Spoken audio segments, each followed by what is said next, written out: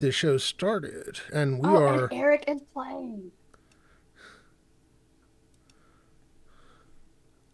Let's get this show on the road. That guy over there. That guy. Oh boy. Don't make me bring out my glasses. When I bring my glasses out, it goes to hell. Please bring them out. Oh, I it, feel what like it that's going to is? happen at You some could be point. a douchey royal. I'm a it's funny. douchey gnome. We're playing on Roll for Perception. We're gonna be trying out a new RPG called Break, or not Break. Is it Break? I think it is Break. Where it almost has like almost like an anime vibe to it. Oh, got me And interested. I'm playing this character type or this race called a Groon, which is like a big, just big, large, kind of goofy looking. And I rolled as far as as one of my traits. And one of my traits is nearsighted. So for nearsighted, they give you spectacles. And I've decided that he's got these giant goggles that Oh my act as gosh. spectacles. That's awesome. Well, hello, everyone. Welcome, all you early bird chatters. Good to have you here. We are waiting on the arrival of Little Bird, who ended up having to take the long way home. But we're glad to have you here. Song. Yeah, I will, take the long way home. Go on. It's the only part of that song I can remember at the moment, though. It's really, really weird. But you were doing so well. Heard it 1,000 Right. times. What is that? Is that Quarter Flash? I don't remember. Or Supertramp, or one of Take those. the long way home. That's Yeah. the Eagles, is it Supertramp, not? isn't it? No, Supertramp? no, I don't know. It's one of I those. think it's I think it's Supertramp. Supertramp? You might be right. No, I'm not. I'm not talking. Take Me Home, Country Roads. That's John Denver. John Denver. Yeah. Not one taking and only. home Babylon. country roads. Supertramp. Virginia. Oh boy. I was gonna say somebody Googled it. I'm not going to make any comments Yeah, you with the will. name Supertramp. I'm not saying a thing. You are now. Yeah, you just said a thing. Exactly. Like, I've been sassy all weekend, and my character is she can be sassy and kind of a little nut job on the fly. So you're just getting my character right now, trying to get in. I'm laughing because I've got 3 people in here, and the one person I'm missing is the other person who is not familiar with the rule set. So it's like I could go through them right now, and I'd have to go through them again. And now Jay's like, he'll be on about in 5. I will be doing some editing to this video before I upload it to YouTube, apparently. Oh, man. What's funny is I think this is the first character that actually has a last name in all my characters that I've ever played. That's interesting. I made her last name. Studio mode. And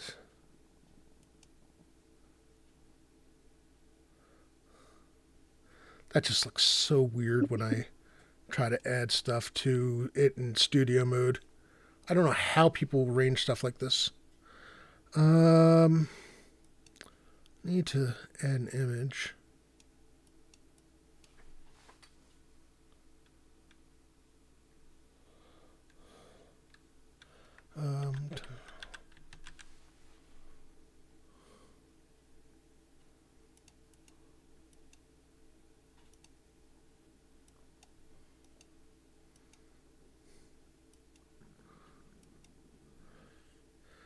All right. We are still adding stuff in because this is a professional, highly professional, thing I've got going on here. Can't you tell? So you're saying there's a chance. I heard that snort. I'm making reference to Asher. Asher is Dale, and he runs our other CNC game. I'm like, because I run a wizard in there, and I'm like, I think I could cross some of those illusionist spells over into my spell book because these things are cool. That's awesome. Like, No yeah, crossing the streams. It's gonna cost you.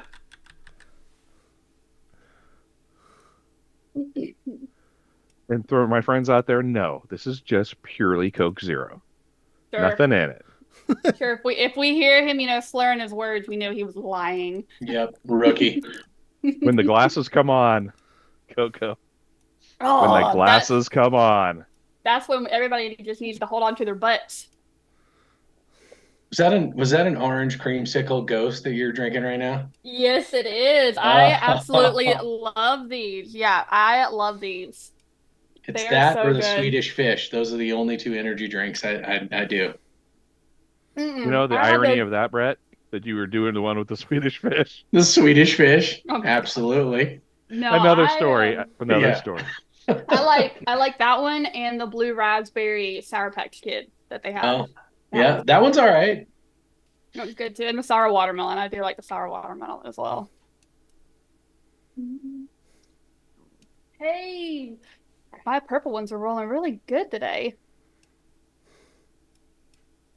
Ooh, so am I- Yeah, it's so am I- dangerous. so am my glass ones.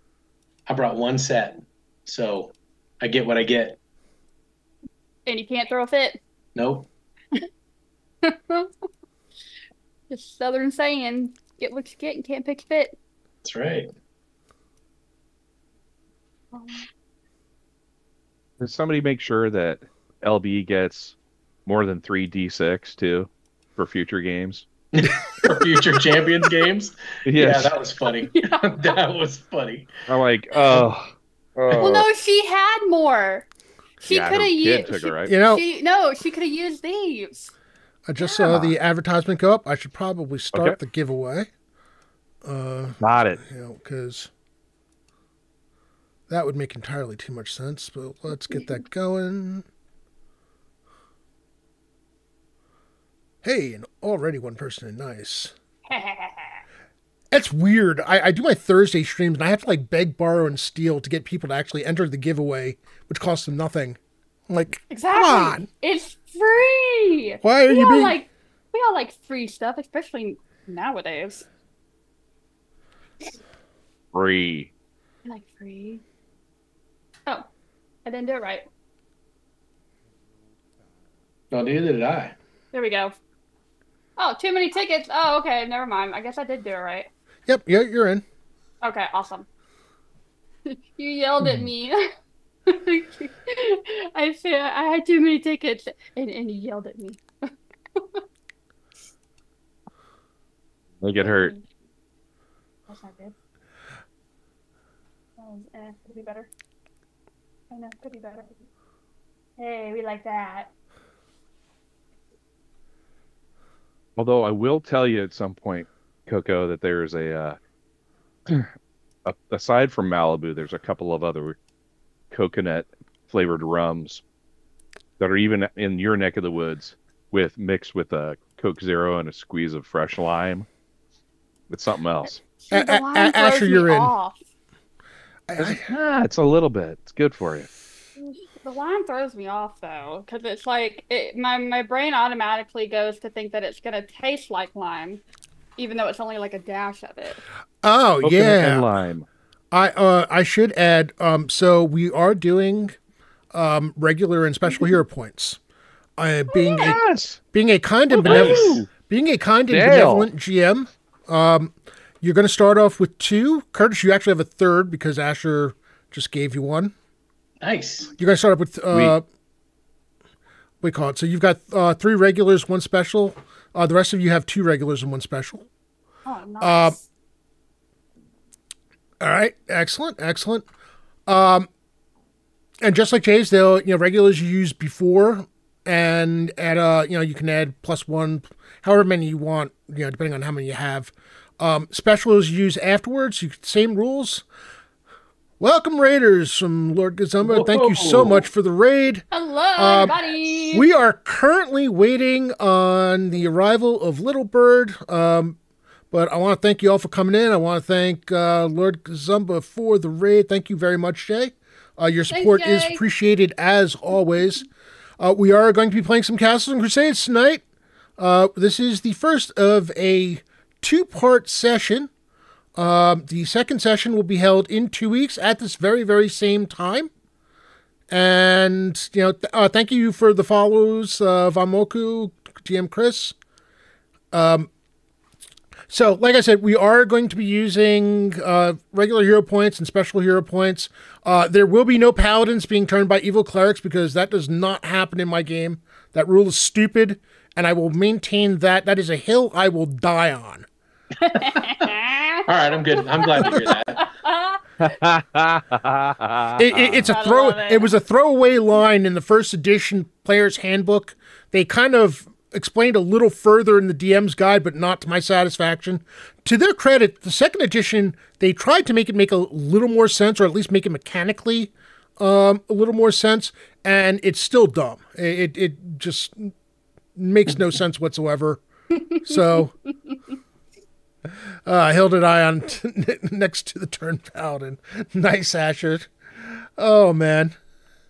You know something? We at least, I have a thing set up so that you can at least see everybody's lovely faces. Let me get that one going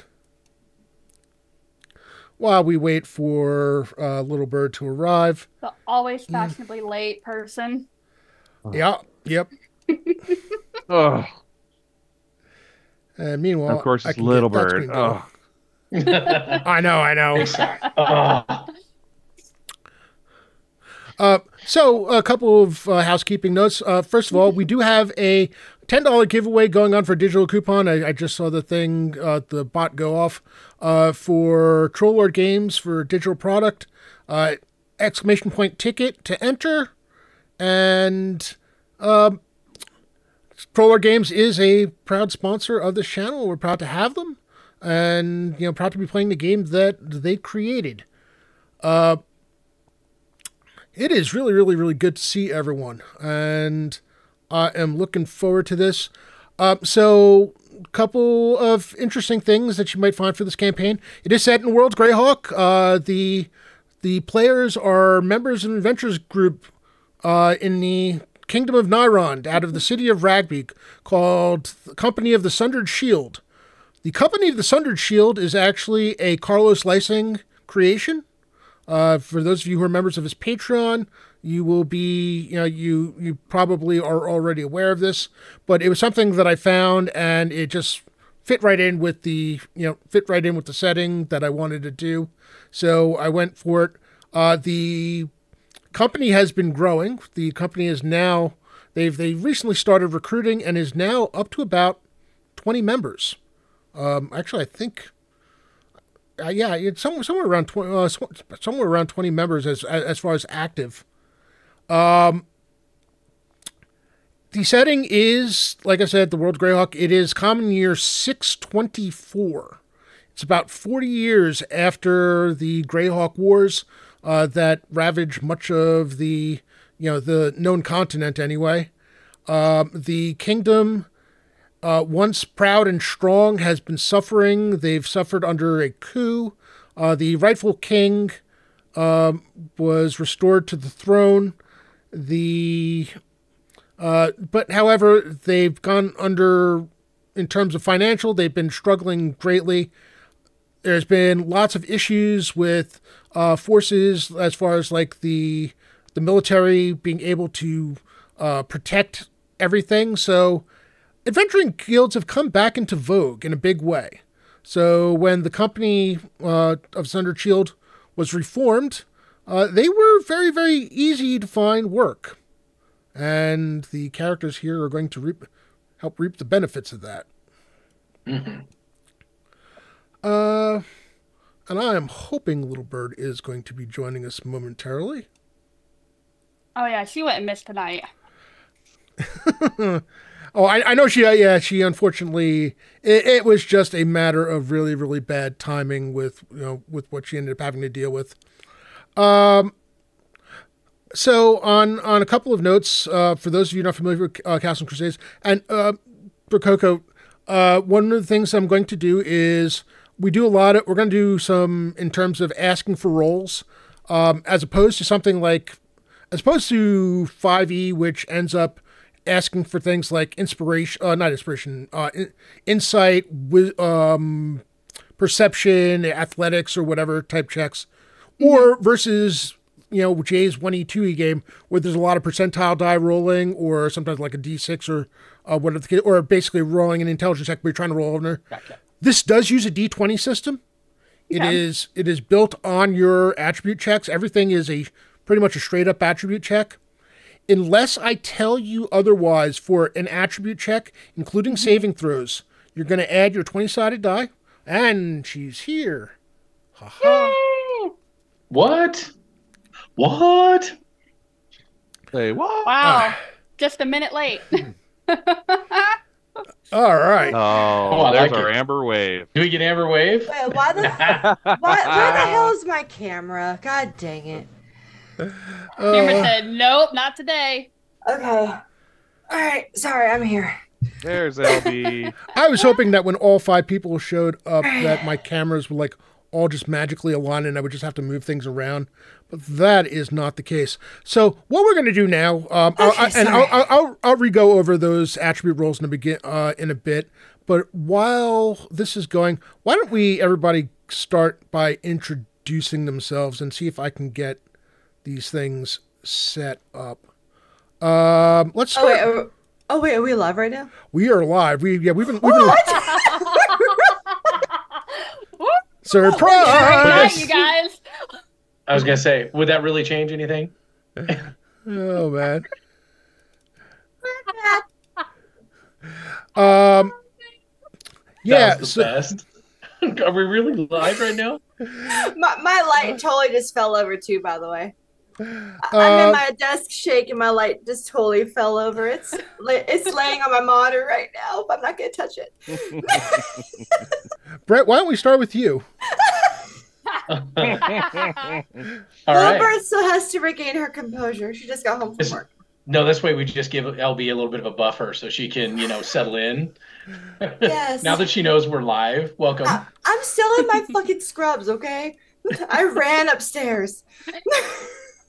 Hey, everybody who doesn't, maybe somebody doesn't know me out there. I'm Brett. There's probably a lot of you don't know who I am. I got the pleasure of playing in this game with Rob at GaryCon. It was amazing. We had such a blast. Glad to be here. I am playing Sir Aver, a paladin of Palor, and I'm definitely being tested in my patience with the party of miscreants that I'm forced to wander the world with. So that's okay. You have no idea. I like them a little. For reasons that will become apparent in momentarily, Brett, thank you so much. We are going to go to Curtis. Hello, everybody. It's Curtis. We've met a lot of the community and looking forward to meeting a lot more. Ran into several of you at GaryCon. I've been hanging around the streams for a couple of years now. Ran the Champions game last weekend where I was happy to knock Jay, Lord Kasumba's character, out cold. That was like made my weekend. And then had the rest of these miscreants in the game as well. I am playing Gellig Greendale, who is a gnome illusionist, and the stories later will be gnome illusionists have been the bane of Brett for probably 30 years. So I couldn't be happier with playing a character like this. And again, we got to play with Rob at GaryCon in his campaign world. So looking forward to tonight. Awesome. Thank you, Curtis. Coco, your turn. Hi, everybody. I'm pretty sure some of y'all know me, but if y'all don't, I'm Coco Bunny 94. I have been seen on Jay's stream. I have been seen on now Gil Superior's stream, but been seen on Chuck's stream here and there. But this is the first time I'm getting to be on Rob's stream, and I'm really excited. I am playing Trinley Lightfoot. She is a halfling rogue. She is when it's everything's all, hunky dory, just go with the flow. She's very, like a naive type character. But when then things get down to the nitty gritty, she has a switch that she flips, and it's all business, and she doesn't care how it gets done. It just needs to get done. So if you're in her way, she's pretty sneaky. So you better watch out. She's Awesome. tiny and she's fierce. I love it already. And finally, the big reveal. Little Bird. Hey, y'all. Again, I'm sorry for how I came in. That's what he said. But, sorry. So There she is. Hey, can y'all hear me? Yeah. Oh, yeah. Okay, sorry. So I am actually playing a human barbarian called Brute. He is a chaotic good. His intelligence is 4, just so you know. And his language is called Brute. That's the only word he knows, like Holdor by like Game of Thrones. So, but he is best friends with Bunny's character. And Bunny's character is the only character who can pretty much see what he knows what he's saying. But he loves to run into dangerous situations. So just so you know, he's gonna save assets, but he's also gonna get y'all in trouble too. Oh man, I love it. He just likes he gets in protective mode like Mama Bird does, and that's just gonna be the way it goes. And you will mainly see Trinley on his shoulder most of the time. And she knows if he's fixing to run in, she's got to get off quick. That's why she has a very high dexterity. All right, and what I can actually do now is transition. There we go. Now we're starting to cook with gas. Now I just have to fix the other ones. That's fine. I love it. And my character's a little higher than I expected, just FYI. I didn't expect him to be this hot. You sent me the picture. I was like, oh, okay. All right. So 491 Phantom, thank you for the 400 bits. That one regular hero point for each of them. Oh, awesome. Excellent. All right, cool. Yes. We are using regular hero points and special hero points. Regular hero points. I do allow conversion from regular to special. 5. Basically changing 5 to 1. So once you get to the number 5, you don't have to decide ahead of time if you want to change it to make a special. So I was mentioning it just before you got in, Little Bird, but we'll go over now.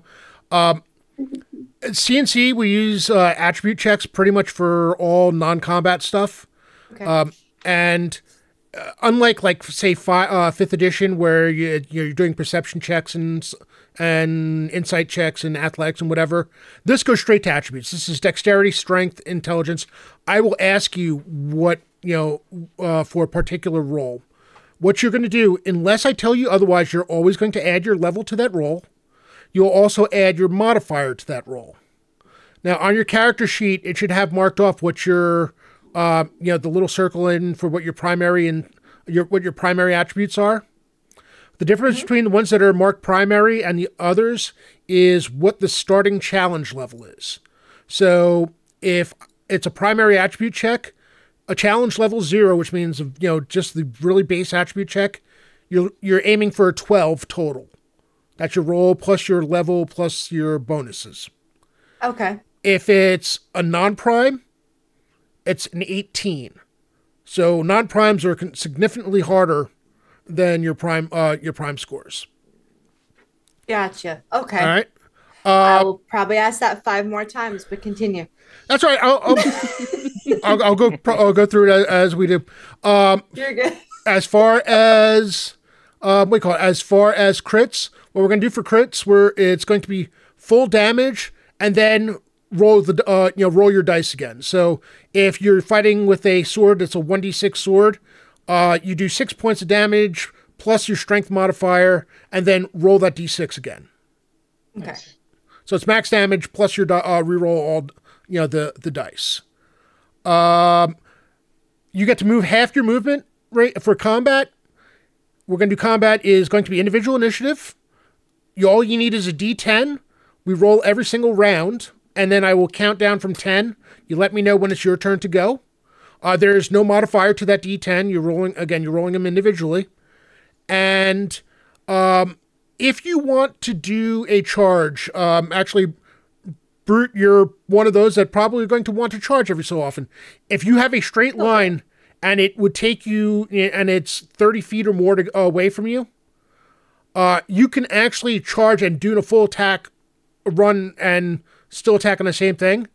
You'll do 2 extra points of damage if you hit, but for that round, your AC is at is 4 lower than it normally is. Basically, you're coming in unhinged, wide open, not worrying about defending yourself. So, that's the price that you pay. Good to know, because that may happen a few times. We'll declare that, and I'll get to make it easier for you. I'll let you know that if there's an opportunity, if you want to take it, because you need to declare that beforehand, before the we call it initiative.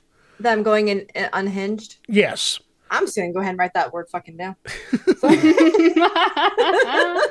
Otherwise, just like Jay's game, you can move half your movement rate and attack. And Brett, Curtis, I think I told you this already. For your spells, I do let the half movement and still cast your spell. I don't see the point in making a caster stand there with no armor, say hi, just hit me. It feels bad when you only have 4 hit points per level, plus your con bonus.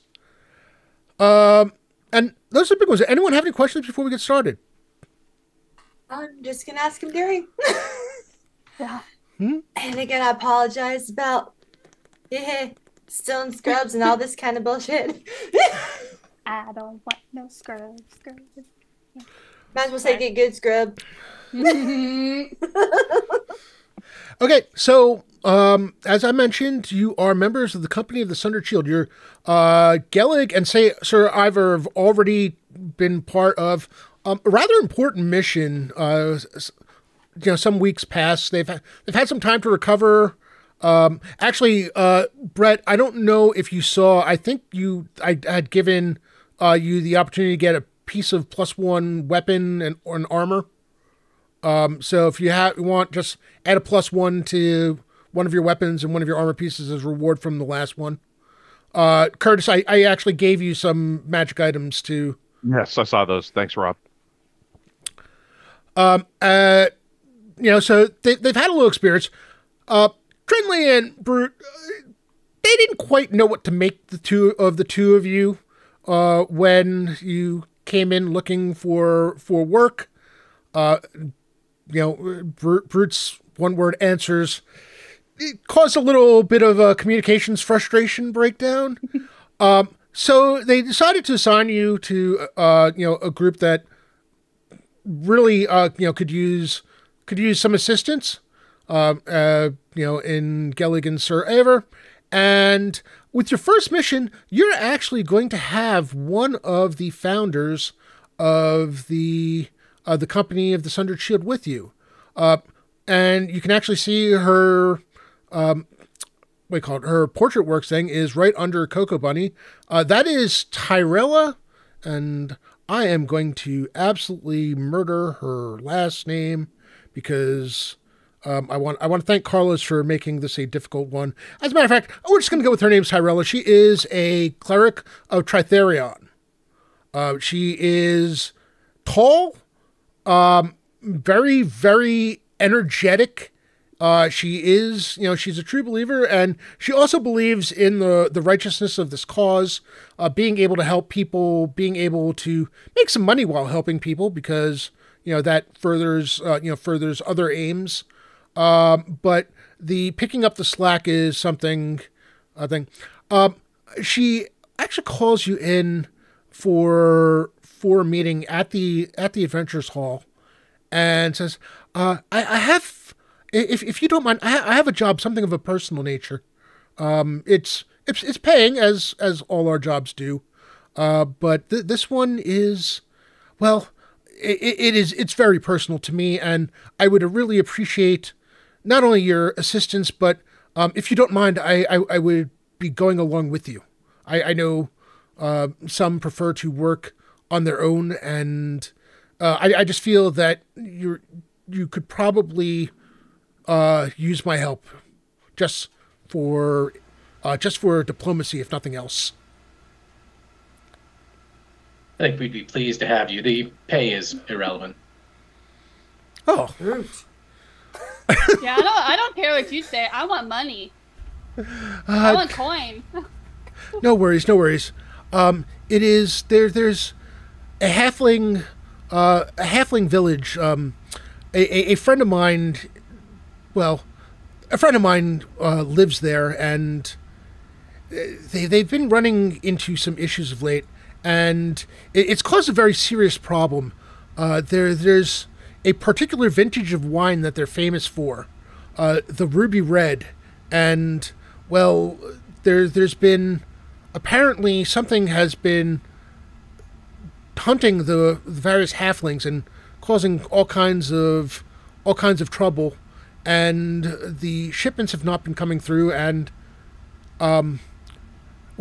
beyond the fact that this involves friends of mine, I do like my wine, and I'm sure that you can all appreciate a good vintage, and it's also causing some heartache within town, as it's also very popular at some of the more established pubs.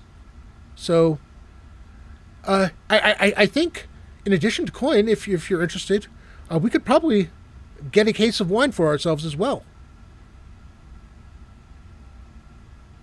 I'm down for getting some wine. Between coin and a case of wine, you have the services of Gellig. Excellent. Don't allow my knightly compatriot to speak too quickly or on our behalfs. So, out front. I must admit, it's been a long time since I've had been able to go on the road, and being amongst some adventurers sounds like a good way to get away from it all, and see if I can do some good firsthand. With that, it isn't long before you all end up having a cart. She does manage to secure a couple of riding horses. She looks at Brute. She looks at the riding horses. She looks at Brute. And she's like, "Do you ride?" You see Brute kind of like do his arms like this, trying to look all muscular, and gets all excited. Just says, "Brute." Brute. Right. And Trinley sitting on his shoulder just goes, "No." Well, if you'd like, you can. I guess you can ride in the wagon with me.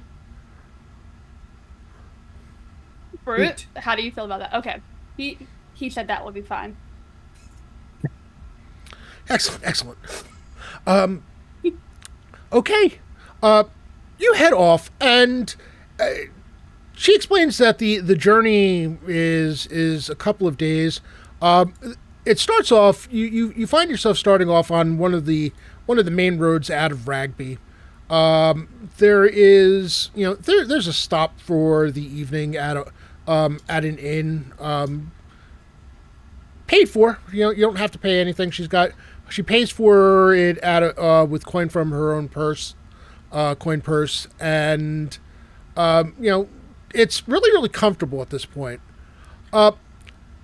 Midway through the second day, you find yourselves pulling off the main road and heading overland. It gets a little bumpy, and suddenly, out of nowhere, the beginnings of a road just appear. As if somebody just decided, "Hey, we're gonna start a road here." She looks at has a knowing smile that she looks over. She says, apparently the work continues. They've been rumors that they had been creating their own road out, and I think it's almost done." By about late afternoon, early evening, you're walk along. Let's see. Who do we have? No one here. Actually, we don't have an elf here. That's interesting.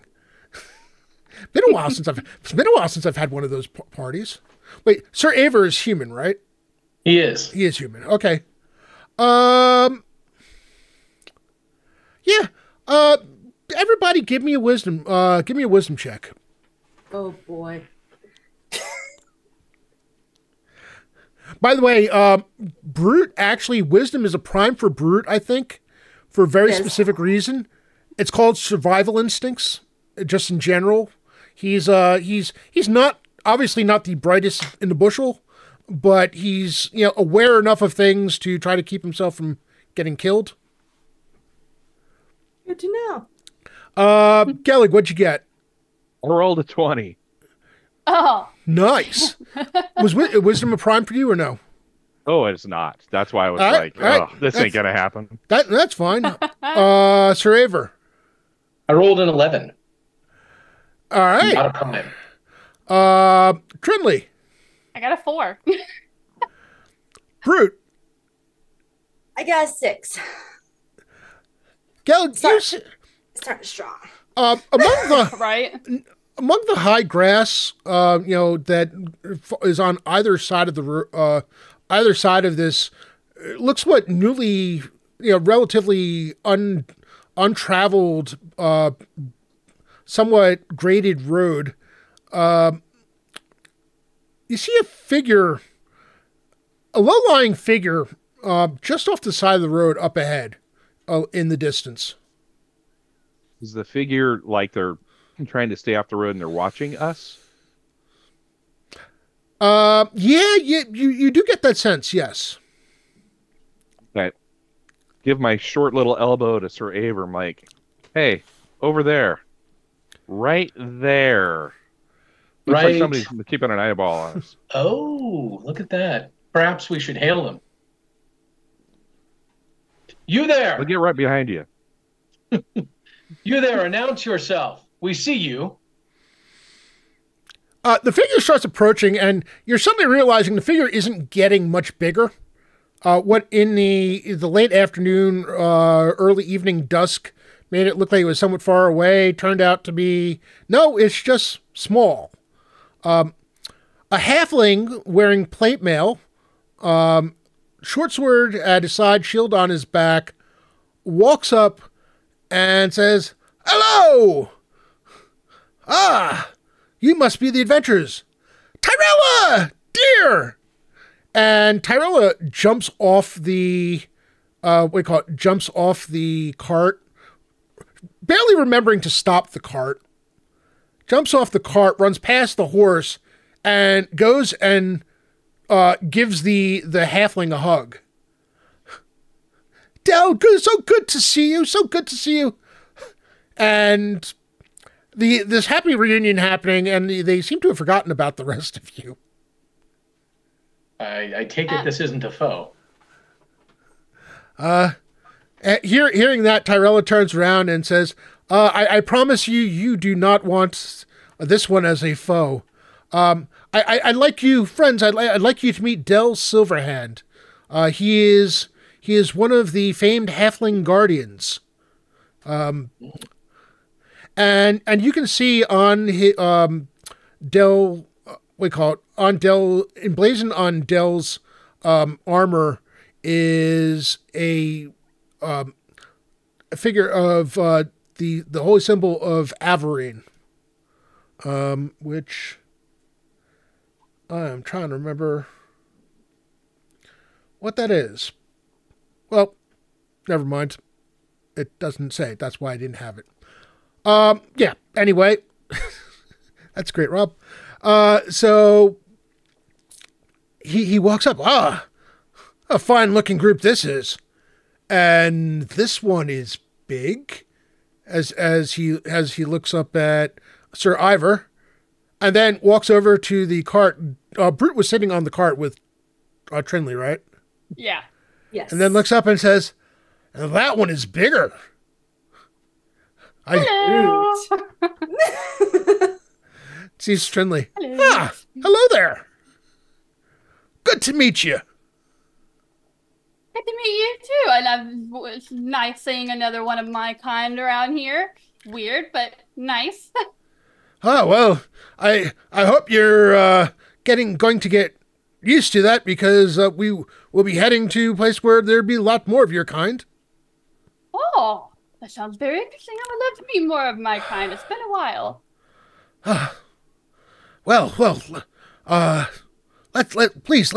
Let's be going. I do have to ask. I know that you have been on the road probably for some time. We could head to the farmstead, or we could head. I wasn't sure if you would like to check out the vineyard.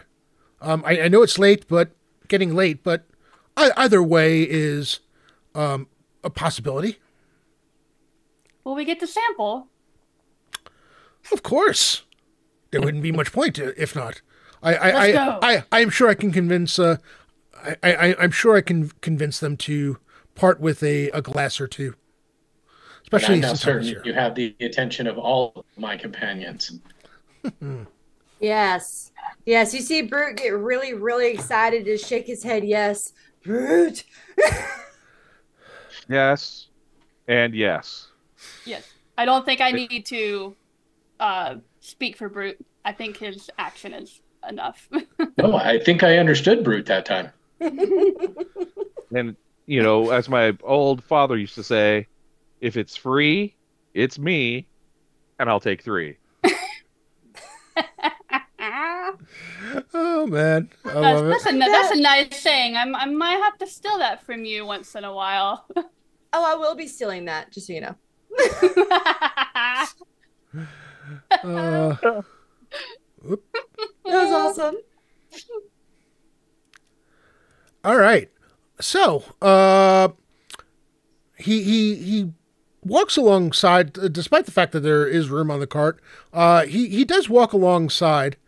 Tyrella turns Trinley. You do know how to guide a cart, don't you? I suddenly feel the desire to walk. I don't really know how to do mics. Usually I sit on my traveling companion's shoulder and let him do all the walking and the running and all the other physical labor, so no. Oh well. She's like, looks momentarily disappointed, but realizes that having Brute guiding the cart is probably not the best of ideas. It'll be fine. It'll be fine. YOLO, you never know.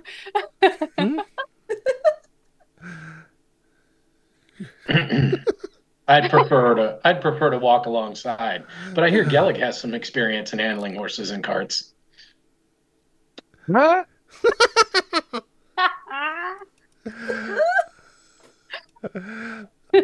Yeah, sure. I'll take a attempt at it. Yay! I'll hop out of the cart and look at the reins and just kind of walk with them. Look competent. You've got this. Oh man. All right, we'll move. All right. Well, in that case, she hops down and is walking past Dell, walking alongside Dell, and you hear say, I am really glad you came last. We've had some horrible issues lately. It's been the attacks have grown more brazen. The townsfolk they don't feel comfortable going out on their own, and unfortunately I cannot be everywhere at once. I've done my best, but I think it's time for a more targeted, or at least a more comprehensive approach. Little Bird, thank you so much for the subscription. That was very kind of you. Oh, of course. Again, thank you for having me. I know it's I didn't mean to interrupt the talking or anything. No. I wanted to do it. And by the way, feel free to ask questions at any time. Oh, believe me, I will. You know me. This is the quietest I've been all weekend. Just listening and taking it in. He does look up at the lot of you and says, and you do all strike me as an impressive bunch. Have you seen much action? We've seen some. I wouldn't call us, veterans, but we've certainly had some experience. Trinley and Brute are new to Gellig and I, but they appear competent. Hey, they think we're competent, Brute. Doesn't that sound awesome? You see Brute kind of give her like a little fist bump. Brute. Yeah. When they speak, less is usually more.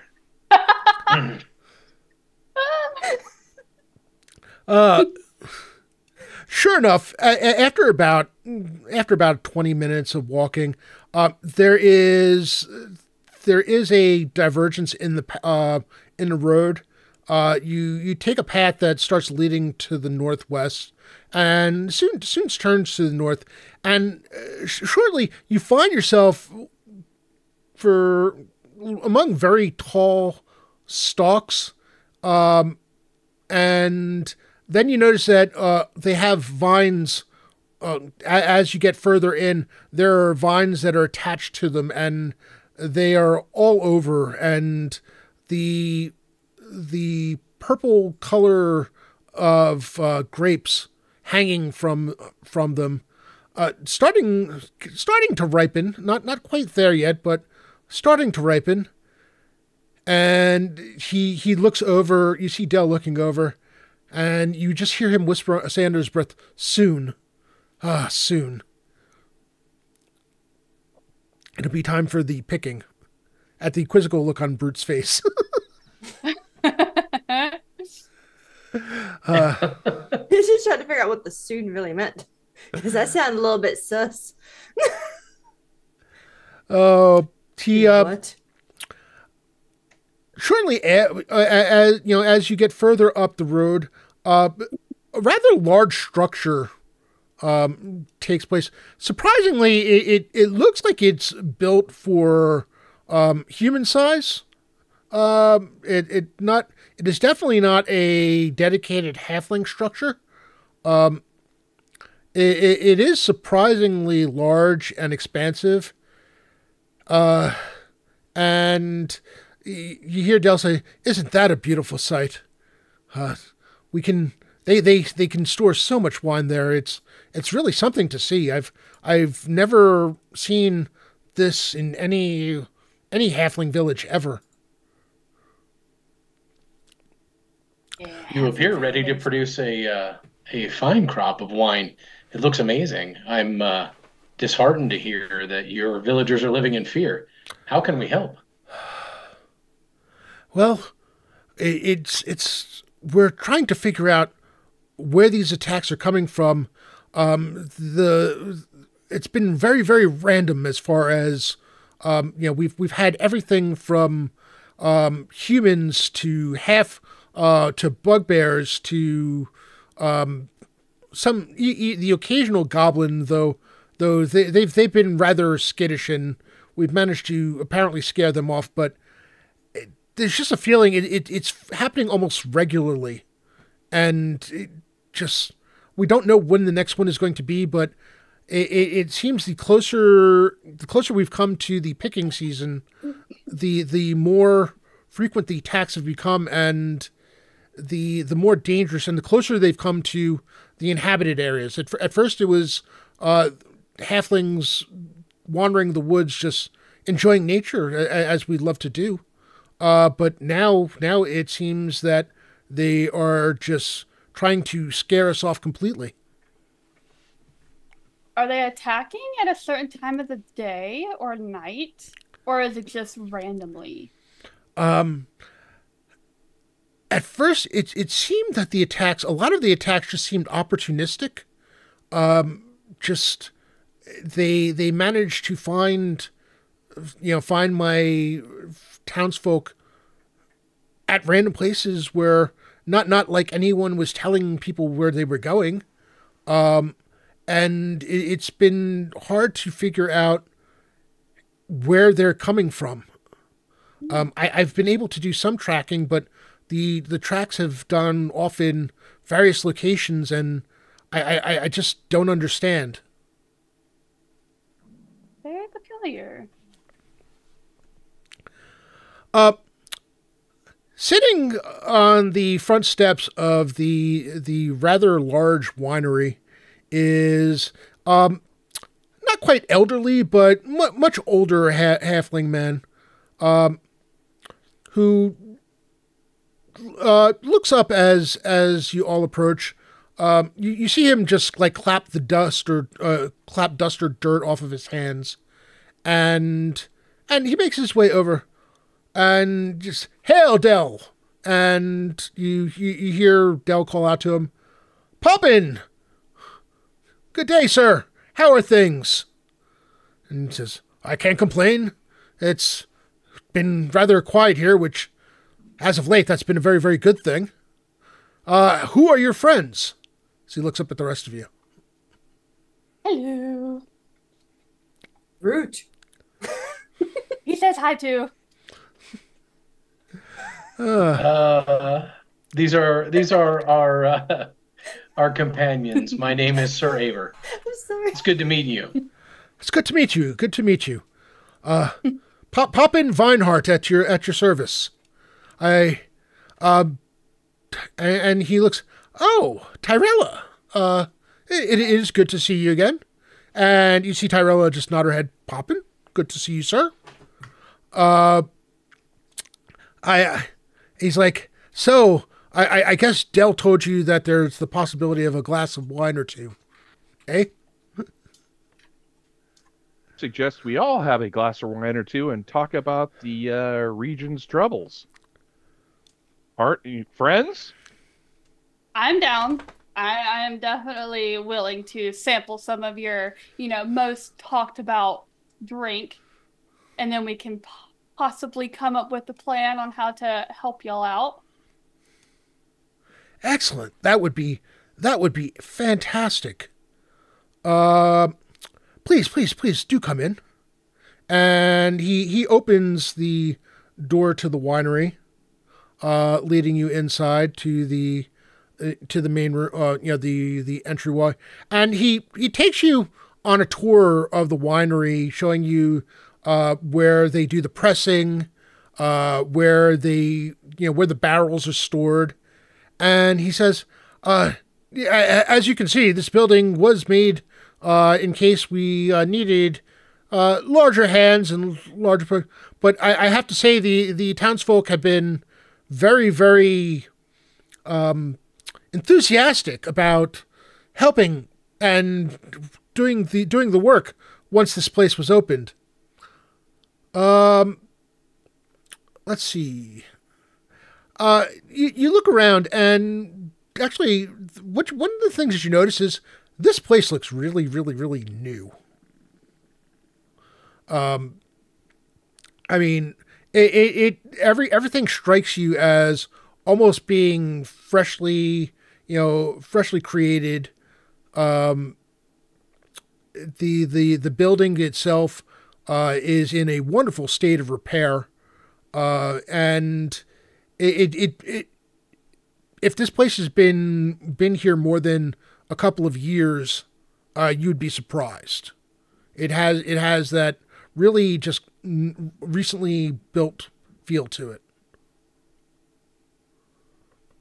Oh, your hospitality is grand, and it looks like the wine business must be pretty good. Have you expanded on your operation here? Oh yes, we've been the demand was so surprisingly good, and I do thank Tyrella and probably Del for introducing us to Tyrella.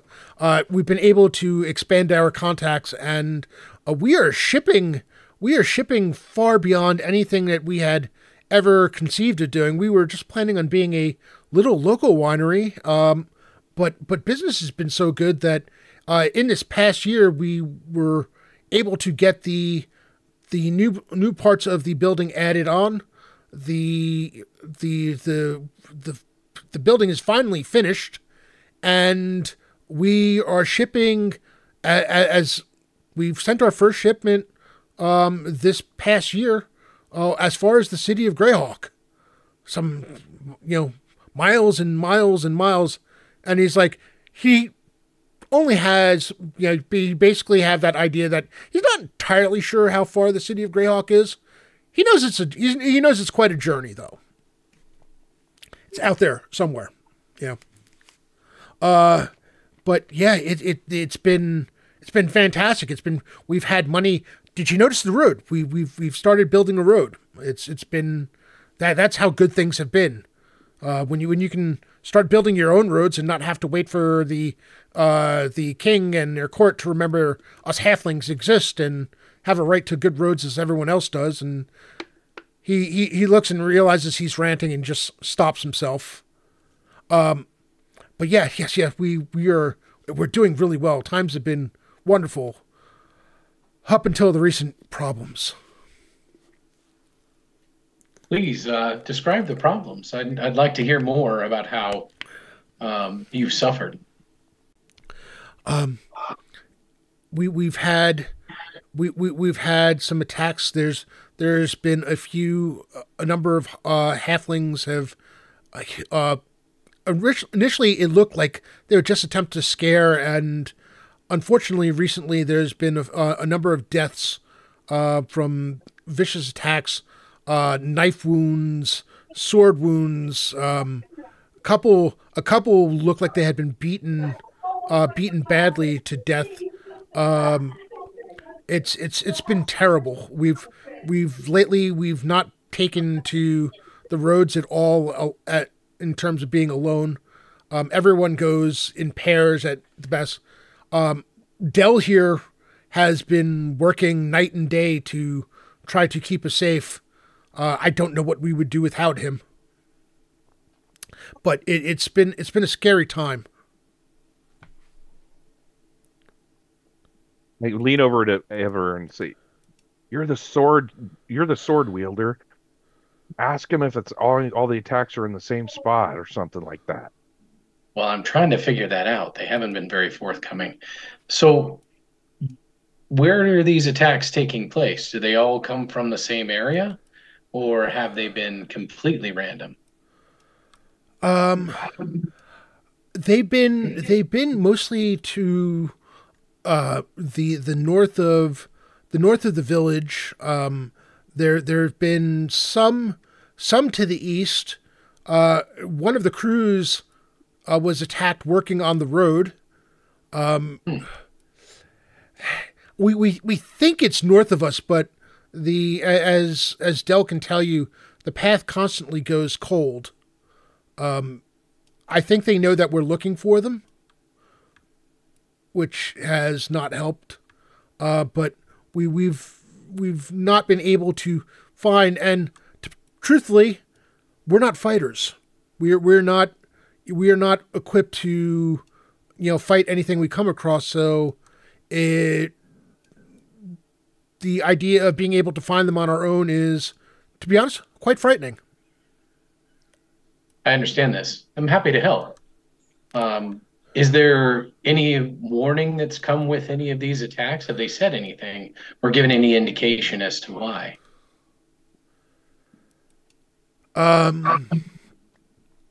There early on, there was warnings saying you don't belong here, which made no sense in that we've been here, or the halfling village has been here for a couple of generations.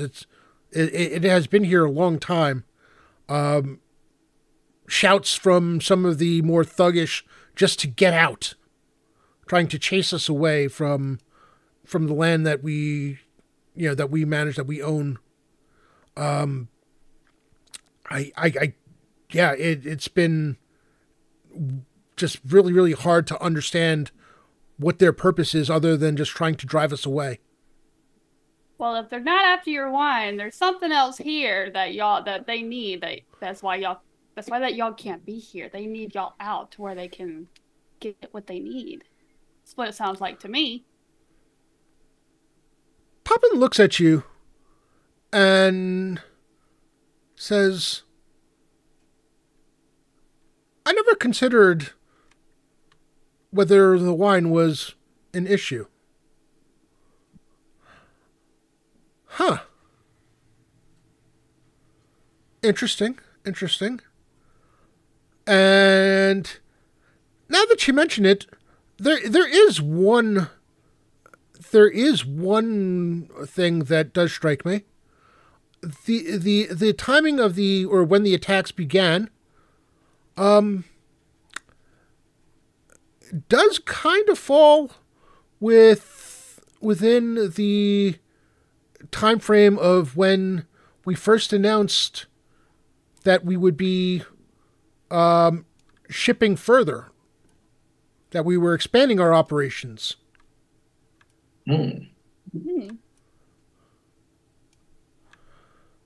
this involve some further encroachment into the surrounding land?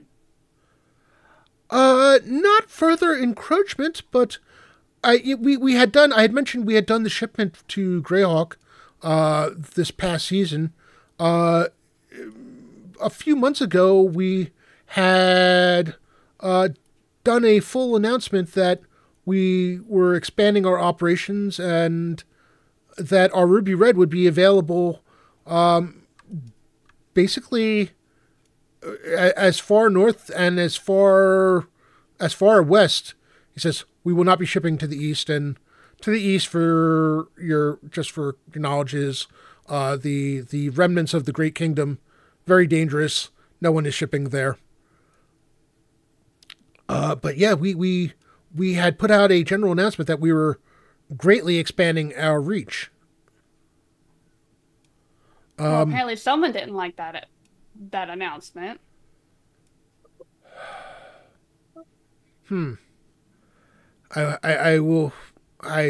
That is disturbing. I would hate to think that our attempts to just make a better life for our people has brought us into conflict, and that someone is trying to drive us out.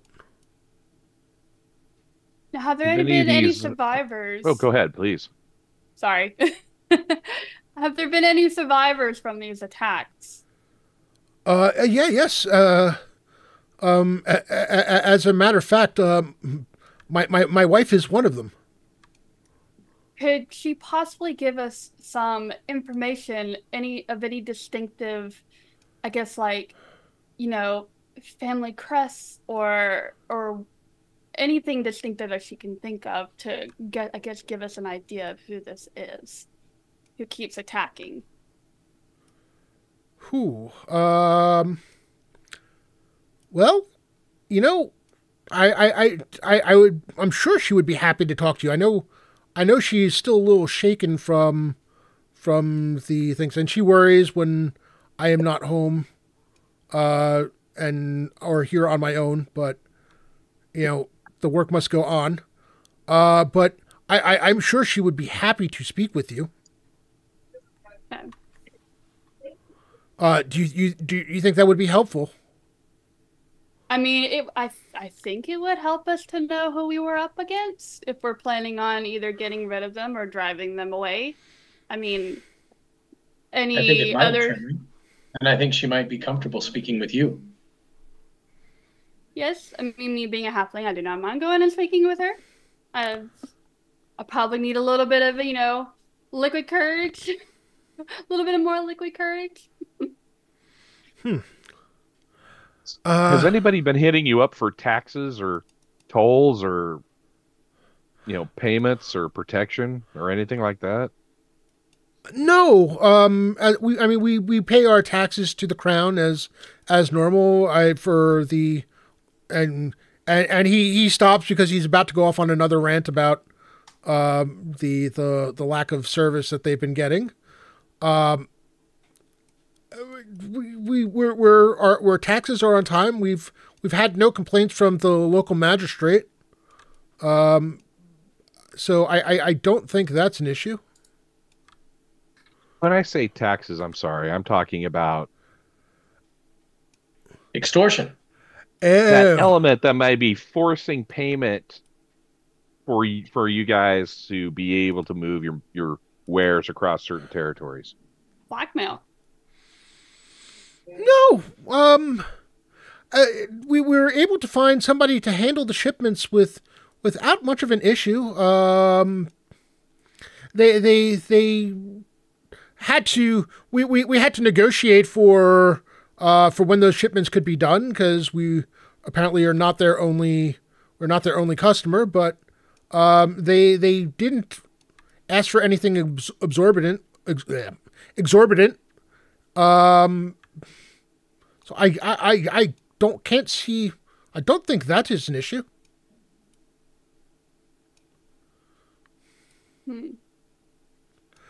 But I'm sorry, I'm being rude. Would you like to try a glass of the ruby red? Be pleased. Yes. One for me and my tall companion as well. He might need a bigger glass though, because he's big. All right. One second. I almost have the other thing set, and we are going to go to the map. I will have the map available on the stream for you to look at. And I do need... What I need to do is move y'all. If you want to peek at the stream now. Oh, it's a lovely vineyard. Yes. That is pretty. I like it. You're all somewhere in here. We'll just call it for now. I have the other map for the the indoors, but not needed right now. Curtis, thank you so much for this. Canadian Ancient Gamer Patrick, thank you so much for gifting Curtis a subscription. Very kind of you. Hi, Patrick. Thanks, Patrick. Hey, Patrick. Just a reminder, folks. Patrick. Oh, Patrick. Oh, thank you again. Just a reminder, we are doing special hero points and regular hero points. Regular hero points can, and I should know what my own commands are. There we go. For the party, and I think the party's actually in pretty good shape at the moment with regular hero points anyway. We can always use more. Hint, hint, wink, I wink. mean, I don't mind taking more because I'm probably going to need it the way Brute acts. Weird. I've adventured with these folks before. I know how that happens. We could always use more. I know. I could use plenty more. All right. He goes to one of the cabinets in the tap room, and you see there are a number of barrels in here. There is a smell. There is the smell of wine lingering in the air. There's slightly sour, but still a pleasant scent. And from one of the cabinets, he pulls out a bottle, a dark colored bottle that he brings over.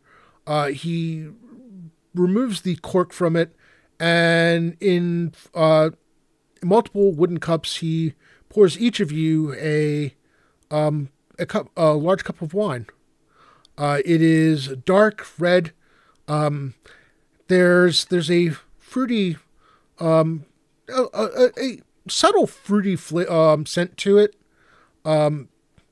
It does look like it would be rich in tannins, and he's like, "Here, please," to all of you for assisting. Whoever wants to take the first sip. Oh, I absolutely will. Oh, you barbarians. Smell it first. Oh, Brute's already Breathe finished. It in. He's already finished half his glass by now. So, after Trinley just goes, "Oh, we were supposed to savor this?"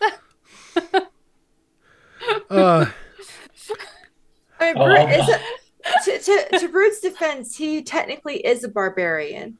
So he's already finished half his glass, looks around, and just says, Brute. I know Brute is good. It's very good. Can't take them anywhere. Oh, So Gallagher takes a excellent long wine. draw now. Excellent wine, Trinley. Here you can finish mine. I'm good. Ah, yes. She takes it. For those Thank of you. you, We've become best friends. who've had wine before, it is easily among one of the better reds. It is Cabernet like, for reference. It is one of the smoother reds you've ever had. The rest of you just know that this tastes really good, and you figure that it in sufficient quantities could be extremely potent too.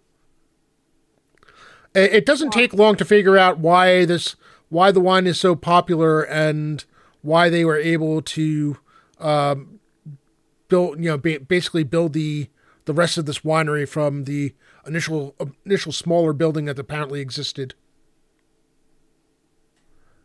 That's okay. I'll burn it off. I'll be fine.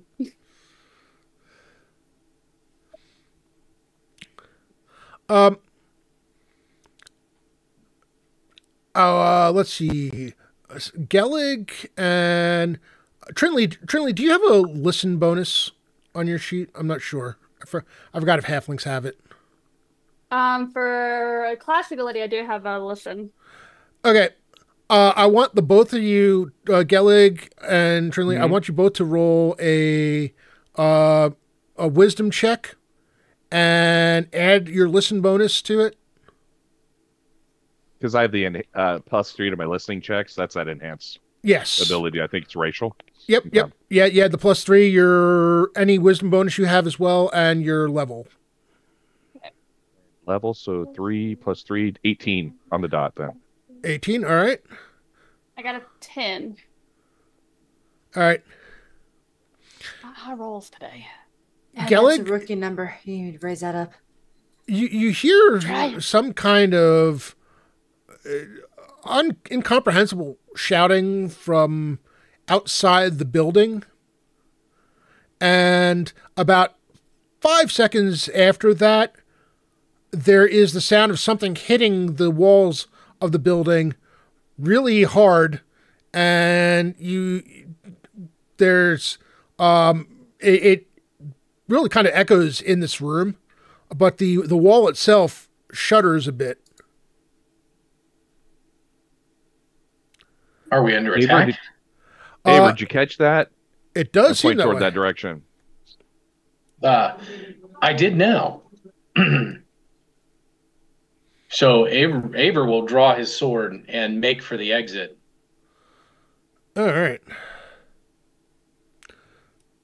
Let's see. Trinley will put her hand on top of Brute's head and just kind of calm him down because he doesn't need to go chaotic yet. He wants to. You can see him kind of going. I know he does. That's why I'm patting him to calm him down. He doesn't need to. He needs to wait for the right moment. All right. So we've got.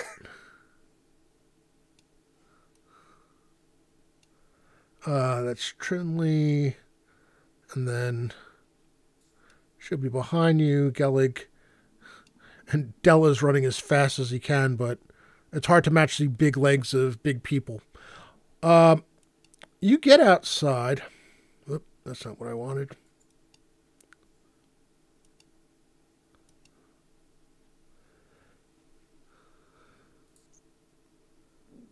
And I need to find the right tokens.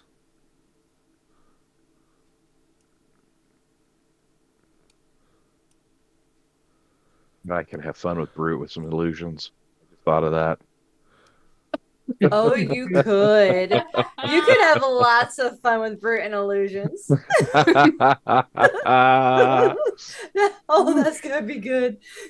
There are, from where you are, and you know that you're not even on the side of the building. You're on the far side of the building from where you were drinking the wine. You can see two ogres, one to the almost directly to the north of you, one to the southeast, throwing stones at the winery. Oh. They might not want to do that. Oh, No, these I mean, savages. And they're just shouting. It takes a moment to process, but in very, very broken common, they're halfling out, get out. I think they require a little bit of education. I mean, Doc Shoulder, thank you for the 400 bits. I'm assuming that's going to be one per person for the players. Each of you add another regular hero point. Thank you, Doc. Thanks. Thank you, Doc. And with that, Thank you. I would like you to, and let me, this map is actually very big for this thing. There you go. I don't have a way of hiding things from you. It's more than I want to deal with. But you can get an idea. There's basically four ogres on four sides of the building throwing stones. You see that they do have clubs. Little bird, thank you so much. I saw the Golden Kappa train. We got a We're hype doing train. that. Heck yeah. It's a Golden Kappa one. What's a gold? Ooh, okay. It's a special hat. You get special emotes in the Golden Kappa train. That is awesome. Yeah, it doesn't come up all the time, so I've only seen it a couple times. So let's fucking go. That's and by the way, awesome. they're all for me. By the way, I'm kidding. One for each. Wow. You know, for the Golden Kappa train, I will allow you to actually buy yourself a regular hero point. Let's go. Now I saw Golden Kappa and I was like, okay, we have to have the Golden Kappa. I honestly, this is the first time I have ever seen that. I've seen it only a handful of times. All right, so everybody roll D10 because we've got initiative for the first time. All Happy to. right. Let's See go. which one. I got a 5. 2. 6. All right. Hold on a second. I got 8. We're gonna go. All right, so nobody's on 10 then. No. All right, in that case, on 9.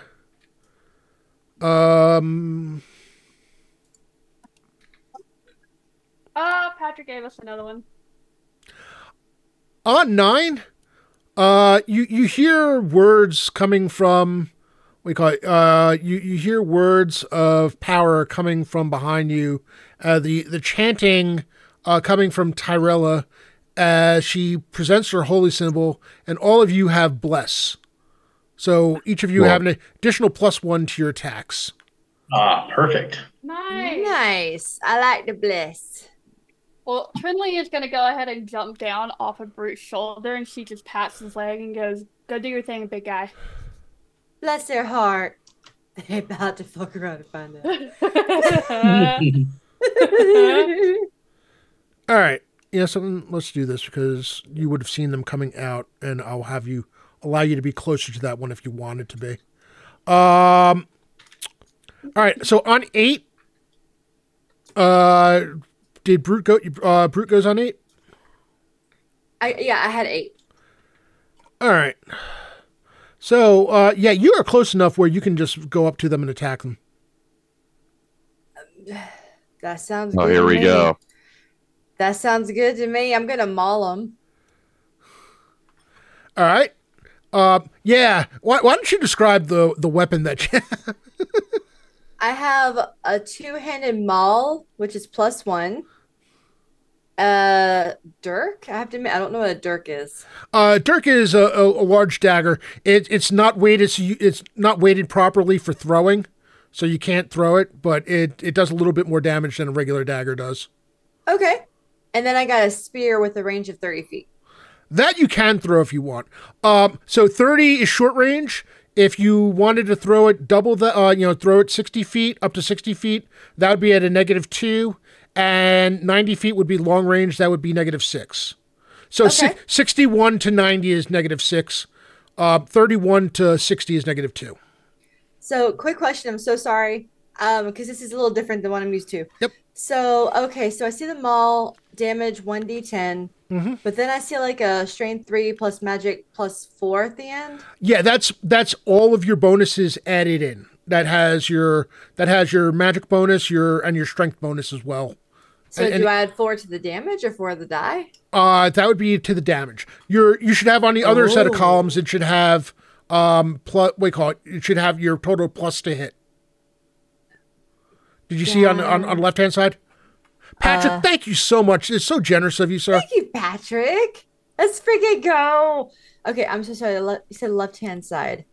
Oh, where? Wait, no. Where see where it starts off with the BTH and all that? BTH. Yeah, the 2. Yeah, it should have basically it should be a row where it adds up your bonuses for hit to hit. Okay, so I have to hit a 6. No. That's what you're adding. Oh, okay, gotcha. I'm sorry. That's all right. Sorry. No. That's all right. You're good. So what am I rolling? A 20? 20-sided die. Yep. Okie dokie. Let's go. I should probably bring up your character sheet just so I can. Last time. I know. I'm so sorry. No. Asked so many questions. I should have thought about that. That's my bad. What did you get? Did you get a 20? For his first attack. Heck yeah! Oh, that's awesome! Like it. All right. I like it. All right. So you already have. Okay. What was the bonus at the end of your thing? It was plus 4. Plus 4. So you've already done. It's already 14. Roll D10. D10 is right here. Ooh. And I got a 8. Tell me what that looks like. I mean it's 8. No. Tell me what it looks like when you basically just one shot the ogre. Because he's just running full fucking force, and he jumps at him with his hands just extended up and just puts it right on his shoulders and rips him down, and you just see him just like tear like in pieces. The hammer comes down with a sickening crunch and a spray of brains and other tissue and bones and such. Just collapses the skull into the torso, which kind of doesn't know what to do with itself. So it like is stumbling forward and backward and just finally falls over in a bloody mess. And then as he lays down, Brute puts his foot up on the guy's chest, looks over at Trinley, and goes, Brute. And Trinley's in the background, like hopping up, going, yeah, do it. Let's go.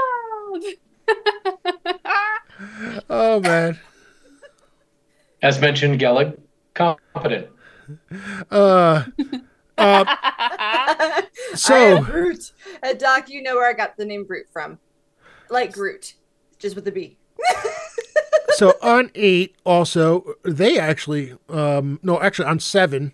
Anyone else go on 7? Nope. On 7, they start running full speed to close in on you. And they're just like running. You can move up to like 4 times your movement rate when you run. Can't attack at the end of it, but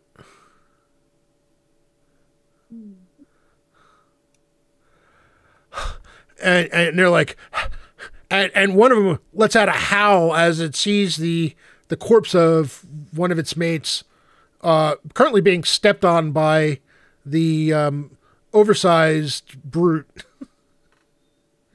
with a very very bloody hammer. 6. Haber. Go ahead. All right, so that one that's closing in from looks like the south of us. I'll point my longsword at it and issue a challenge. And if I can move, I will move and attack. All right. Let's see, 5, 10. You know something? I'm gonna have it be close enough because it was running towards you. You were running. It was running full speed. Go for it. Perfect. That is a 14. For 14 is going to hit. Nice. These things are not well armored at all. And just keeping my shield straight in front of me, I'm going to drive that longsword into his belly for a whopping 4 points of damage. Not quite as big as Brute. You slash at it. It moves out of the way, and just enough to keep from getting eviscerated, but not enough to avoid the damage altogether. And thank you so much for the support for the hype train. Let's go, choo-choo. My first Golden Kappa hype train. That's awesome. Patrick, and again, Patrick, thank you so much for your generosity.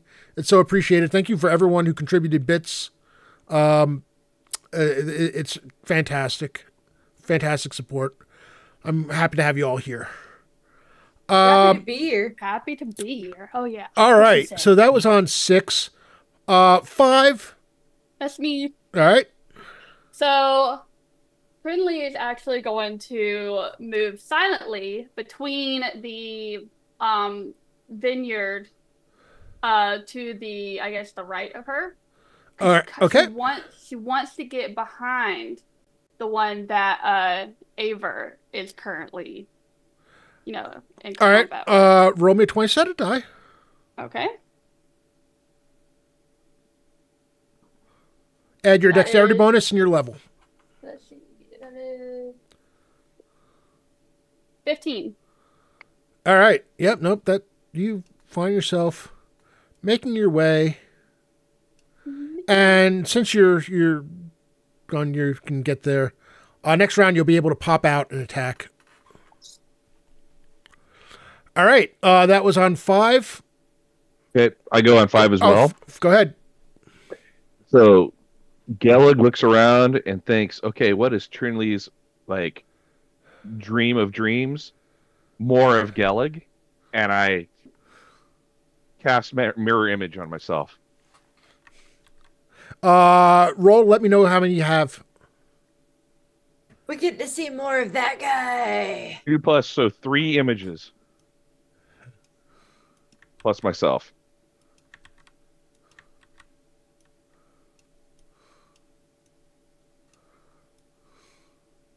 One too many. Just what we all need. More Gellig. Brute kind of looks back at you, looks a little confused for a second. All right. I can't say anything to you. I'm moving silently. I don't want to give my position away. He's looking all confused, like, what? So I'm gonna have so much fun with Brute. On 2. Del rushes forward, and you see he's brandishing. He's got his short sword out, letting out a battle cry as he runs at this thing.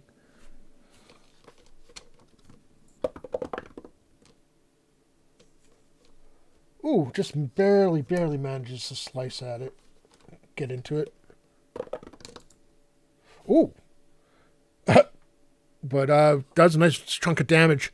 You hear the one, Brute, you hear the one to your left howl in pain as Del stabs his blade into the midsection of the ogre, pulling it out. And we call it all the way from where you are, Trinley. You hear some serious cursing happening from the northwest as Del is screaming at obscenities at this thing in in halfling language. He's just sitting there, silently giggling. All right, next round.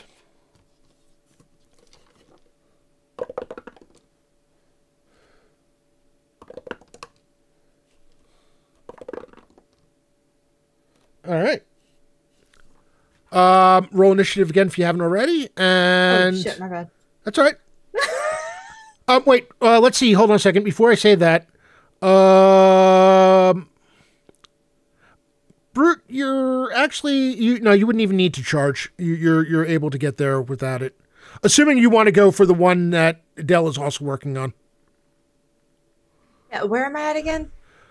You are over here, and this thing is dead, so I'll take that off the. Okay, I was wondering if that's one I killed. I was wondering if that was the one I killed. Yep, yep. Yeah? Yeah, he I did. mean, do I need to roll initiative though? Oh yeah, everyone roll initiative. I was checking to see if you wanted to charge before initiative, but you don't need to if you're going to attack that one. This one over here. Oh, I'm gonna maul it again. All right. Now, Yeah, hit it with a big hammer. I have a question. Yes. Mauling, unless I fumble, can't hurt friends, right? Correct. It's not okay. It's not like shooting into combat. I figure not, but I'm like, shit, I don't know CNC that well yet. Not the anadoctrine way. I need to ask. All right. I got a 7. 10. Anyone? Dell actually gets an attack on 10. However, the ogre it has a healthy respect for the pain that comes with that short sword and manages to sidestep it. 9. 8. I'm sorry. 9 is Gellig. All right. How far away could I get within 5 feet behind Aver, who's engaged with that ogre? Or at least to his side. Can I get to within 5 to be able to cast a spell as well? Yeah. Okay. Did you want to go? Did you want to go into one, or did you want to go to the other side of it? I can go to either side. I just need to be within 5 feet for this particular spell. Well, yeah. No, actually, we'll make that one you. So yeah, that's fine. We'll just pretend that these come with you. Okay. And just because it's going to look really cool too, Gellig casts Minor Dark Chaos. Mm-hmm. Creates these gigantic black tendrils of energy, and it needs to make an intelligence save, or they automatically hit. And these things these have physical saves, so the likelihood is very low. Oh wow. Oh, saved. Oh, very, very, very, very nearly. So they do. Both of them automatically hit, and they do 3 apiece, so 6 points of damage to it. Oh, you know something? I think it saves twice, once for each of them. Oh, is it?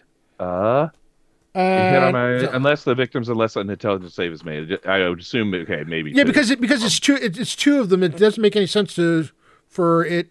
No, you're right, Rob, because it says the tendrils last 2 rounds, and the victims get a separate saving throw for each attack by a tendril. Okay, yeah, so it gets 2 saves. Okay, so it's 6 points of damage? If they failed both saves, yes, it would be 6. Yeah, it hisses in pain as the tendril reaches out, and you can see it's spooked as hell by it. It doesn't know what to make of that. It's the ogre is not sure of this at all. That was on what? 9? 8. Anyone on 8? 7. That's me. All right. I'm gonna maul the other one. The ogre. Let's see. I got a 15. That's gonna hit. Okie dokie. Now do a D10. And that is a 6. All right. Yeah, so it sidestepped Dell's attack and kind of ended up getting its arm crunched as the thing hits it inside. It lets out another howl of pain, and now the ogre itself has realized it's in a very, very, very, very bad spot. Yes, it is. What were you? Was that on 7 or 6? That was on 7. All right, 6. I'm 6. All right. Yeah, so I am going to pop out and I'm going to back attack. There we go.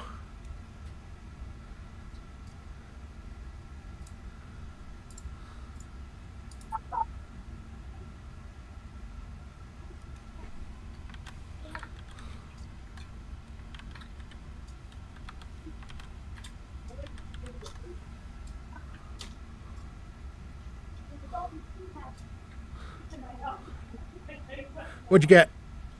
Oh, my bad. Okay, so my back says +4, right? Uh-huh. Okay. And that is with what which attribute am I doing that with? I'm sorry, say that again? So my back attack. So I got a 3. You rolled a 3? Yeah. My dice are hating me today. All right, and I'm assuming you have no strength bonus. No. You're not going to end up hitting. Okay. I tried. I do need to check one thing. So after that, actually, because of the fact that you missed, I don't think it actually. I think you can still back attack the next round. Yes. I'll try to keep it distracted. As long as it's hitting me, it's not hitting you. Yeah. True. Yeah. Okay. Yeah. Because you didn't hit it, and because of the fact that you moved silently, it still doesn't know that you're there. So you can actually do that next round. Come on, dice, work with me. Oh, ouch. Tyrella starts heading down to where the other ogre is. At which point, the ogre. Actually, Straver, did you go? Not yet. I go on 5. Yeah. All right. You go. Before they do anything, you go. Okay. So that's going to be a total of 16, which 14 hit last time. Mm-hmm. So I'll make a big show of keeping his attention by, feinting with my shield, waving my longsword in the air before stabbing at him to try and keep his attention away from Trinley. Okay. And this time I did 8 points. So hopefully I got his attention. Yeah, he's in a really, really bad way right now. He's groaning. He's bleeding profusely. You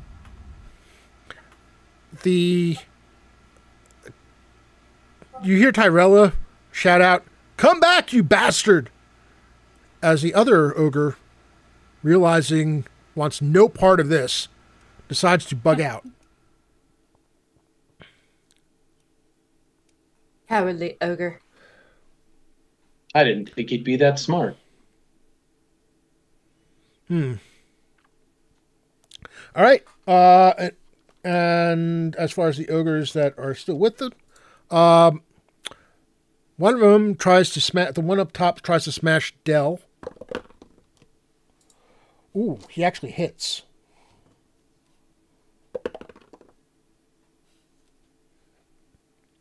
Yeah, he brings his club and what do you call it? Brute. You see his club come in, and there's a loud clang as Dell manages to get his shield up.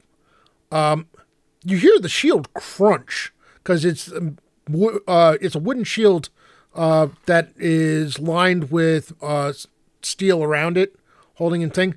But this thing was hard enough to basically crack the shield, and Dell actually gets moved back a couple of feet from the force of the blow, and you hear him groan audibly from it. As far as the other one is going to, I'm going to check to see whether or not you're able, not only to keep it, whether or not you're able to convince it not to attack or not to notice Trinley, but whether or not you managed to convince it that you were a bigger threat than Gellig, who is spooking the hell out of it with those tendrils. Nope, you actually managed to convince it that you're the bigger threat somehow. Apparently the tendrils hurt, but not as badly as the blade. So it's going to attack you, Sir Aver.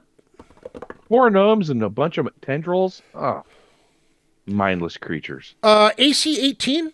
They're probably small. I have 17. Ooh. Heard that. I'm taking that one on the chin. It's not Maybe too. it's just not that into that kind of play. Not too bad. It only did 2 points of damage. Ah.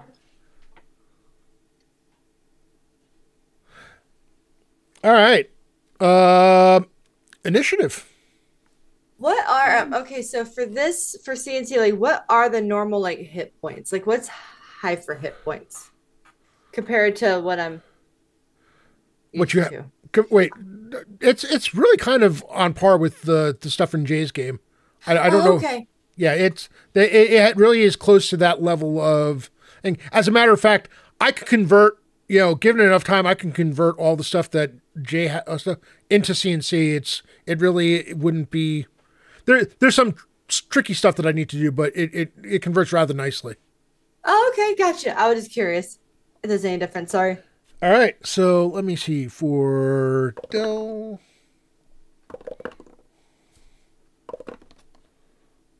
All right, everybody roll initiative. Yep. All right, 10. 9. I got a 9. All right. And also, I have a 9. But I'm going to let Trinley do her thing. I've got his attention, so. I want to back attack it so Do it. bad. Do it. Ah! That's an actual 20. Yes. Let's go. Let's go. That's my counterpart right there. Love it. Oh, yes, I'm glad I changed die. So, it is going to be you're using the main gauche, right? Yes. Okay, so here's the thing. Normally it's just the die roll, but because that +1 is part of the main gauche's actual damage, you're still adding that particular +1. Uh-huh. So, it would be your max damage, which is, I believe, is 8. You said there's a +3 total, or is it 7? Is your max? I think it's 7. Okay, so 7. Then roll a d4 +1. Let's see, a d4 plus 1. That is 3. All right. That's 10 total. Tell me how you kill this thing. I'm going to jump up. I'm going to run. I'm going to jump up and slam my main gauge in the back of its throat, and all you see is the pointy end sticking out the front. You're you end up getting some blood squirting on you, just like a little bit of a spray in the face. Gellick, you're sitting there staring at this because you can kind of see like movement on the side of the thing, and it isn't really clear as to what happens until the thing falls to its knees, choking and gargling. And Tyrella is just staring at you like, what? As Trinley is standing there holding onto the main gauche, riding it to the ground, and finally pulling it out as her feet reaches the ground when the thing drops to his knees and then falls down. Oh, this was my best tabard. Oh. So she while she's taking out, she like swings it to the side to wipe the blood off. She's like, I told y'all, all business when in combat. And flicks more. No shit. Was that 9? As Gellig wipes his face off with my best tabard. Actually, Avery, you actually right now have nothing to do. I mean, you could charge up north, but you could run up. You could run up north. You wouldn't be able to attack though at this round. No, I don't think I can catch that one. I'm more likely to just stare, kind of concerned at Trinley. Well struck. Yeah. You see Brute looking over at Trinley, looking all proud and happy. Well, I mean, she does like a once over of just to see who's left, and then of course like the switch flips off, and she's like, "Okay, more wine." And Brute's looking like a proud brother. So 8, 7, 6, 5. I had 5. Gellig is spending, I guess, his round. His tentacle spell goes goes inert because there's no other targets in range, and he spends the rest of the round wiping his face off. All right. On 5. Actually, Brute, did you go on 5? I did too. Go ahead. You know what I'm gonna do. Yeah, I'd say everything left goes on 5. So, well, this one's dead. So, I mean, what's left? The one I'm attacking, right? yep, the one that you're attacking, the one that basically gave Dell a good crunching blow. Okay, well, let's fuck it up.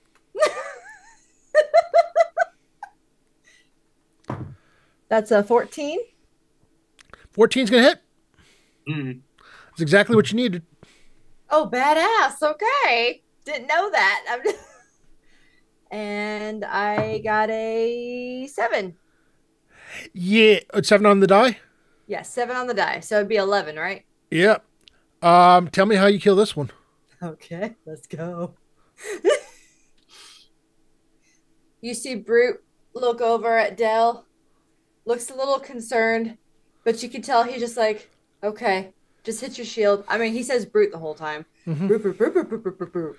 But shield, he takes his hands and just grabs onto his head, gives it a big old smile, and then just slashes his fucking head right off. As he's holding onto his hair and lifts it, and then just goes, Brute, and drops it on the ground. Okay. You got issues, Brute. I promised off the wall, and so far you guys are delivering magically. And then you see a little bit of blood spurting here and there. It's getting on him, and he's just like, Brute. And starts to put it on as like war paint. It's okay. We can wash it off later, big guy. I was like, okay.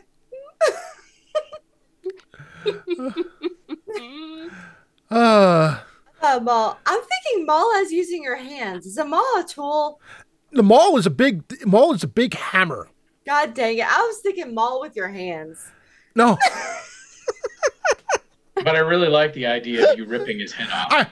Mauling him, basically. Yeah, let's put it this way. I'm going to give you, basically, you hit it with your hammer, basically knocked the complete air out of it. The thing's just staring up at you, and you just took your hands and said, I'm just going to take this, and just yanked it off. I was thinking of mauling with your hands. I didn't know it was a hammer. Sir Aver, however, is convinced Paylor's testing it. This is a test. I didn't realize it was a hammer. There you go. Oh my Hey! My bad. Oh man. If that was the case, I'd be playing baseball right now. I was slightly confused with your initial description. I was just going with it. I was thinking of mauling somebody.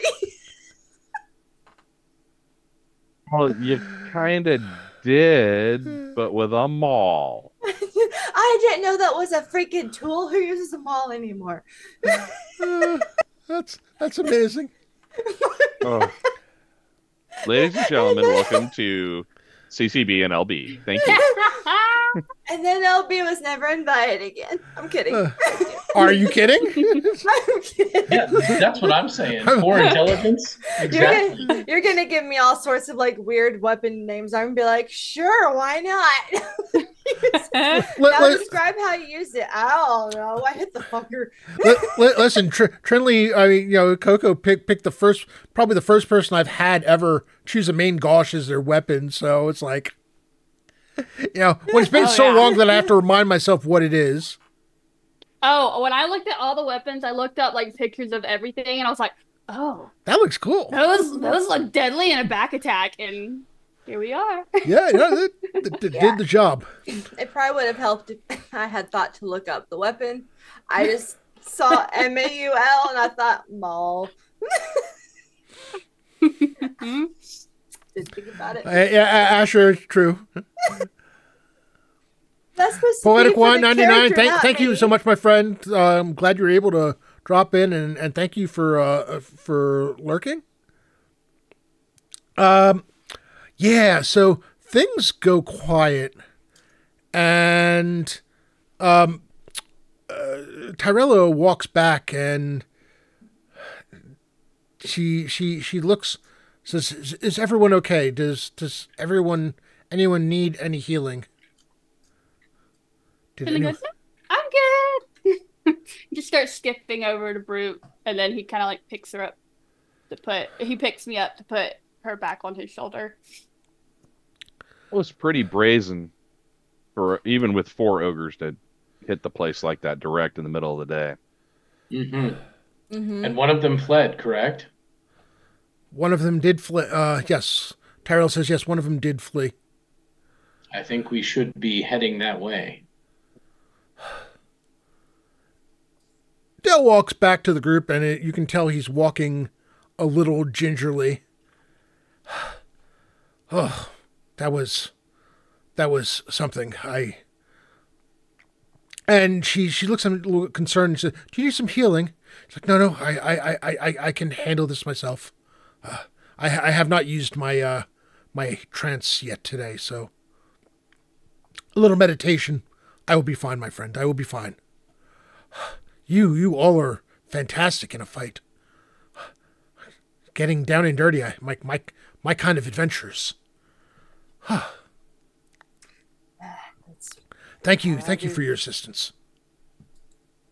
No problem. The door opens and Poppin sneaks his head out and says, are they gone?" Oh, they're gone. Well, Now, Majority of them are dead. he looks out at the sky and he says, looks like we may get rain tonight, possibly dark. Do you plan on would you like someplace to stay the evening, or do you have other plans? I don't know what your plan to do or what your next steps will be. well, there's a couple of choices we have, gang. We can try to track where that ogre fled to, but we might be caught out after dark, out in the open, or we can recoup whatever we need to recoup here and see if there's anything left tomorrow morning. Now, with it being this late, it might be better to wait. I know, but he could be going back and letting everybody know where he came from, what's going on here, to where they could come better prepared for tomorrow.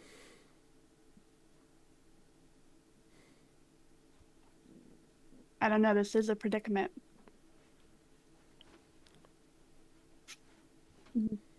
I And at fear no night, darkness, so we can stalk him now if you'd like. Well, and our friendly Tritherianite have shown some prowess in tracking the ones I've met in my past. I mean, if we need to rest, we can definitely rest. But basically strike while the iron is still hot. I'm prepared. Gellig, what say you? Thank you so much, Keith. Thank you for sticking with us. Have a good night, sir. So, Gellig, what say you? You see Brute looking at the door, just going like this. We know Brute's answer. Well, it just makes it far trickier at night because we may be walking right into their ambush. I see your point. Tyrella looks at you all and looks at the skies and says, we could leave at first light then. I don't know what this is, but assuming it's some kind of banditry or such, I would think that they're not known for being up first thing in the morning. I know I do have dusk vision. I can't really remember what that is. Dusk vision allows you to see in low light.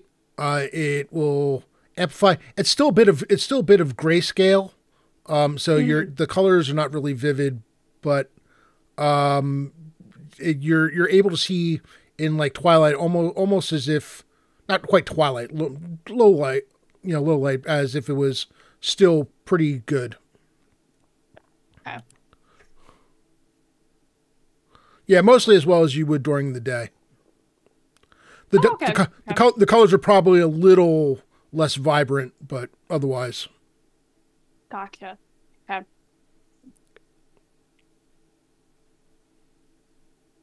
I say we start tracking at first light then.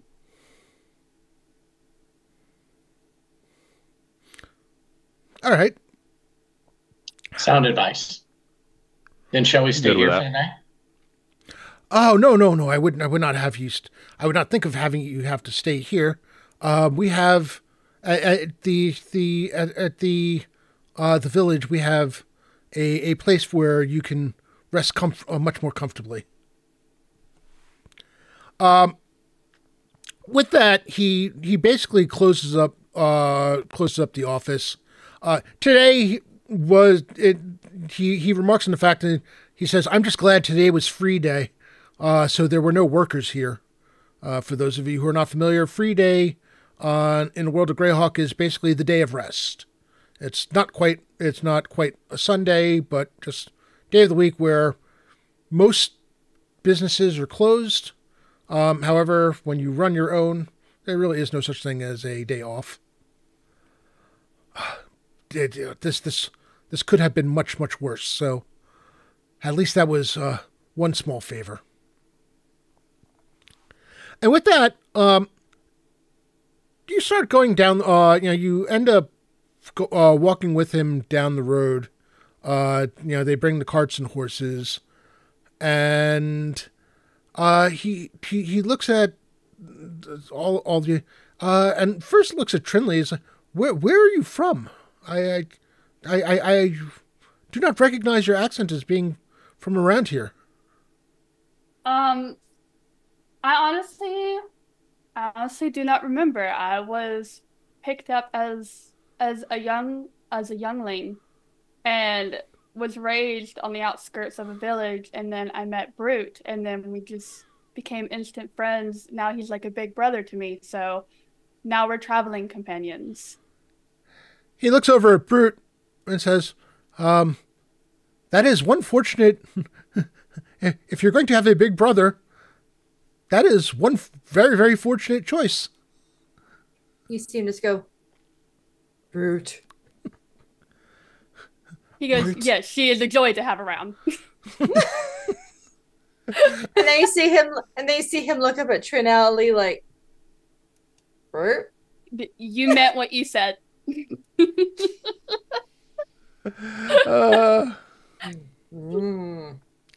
And you you said your name was Gellig. It's Gellig of Greendale. That's my clan name. Huh. From the hills. Sir Aver and I have adventured in the past, not extensively, but we've had a few scrapes. Good. It gives me much joy to know that there's still those who would fight for helping people around here. It seems in the years since the wars, it's been less and less a common thing, but this kind of thing brings back hope. And you, Sir Aver, I see you were a member of the Church of Palor. I am. I renounced name, land, surname, and decided to become an adventurer, to bring light wherever I could and aid wherever I could. And I can vouch for Gellig, having been with him a time or two. He is the most competent and, well, quite frankly, the only gnome that I know. Well, I can tell you that around here we do make our offerings to Palor, in addition to our own gods. Having the the sun god on our side, is really a necessity to make sure that the things grow. And I'm glad that one of Palor's servants is here among us. You're blessed with fine crops. Clearly, the Lord Palor blesses you often.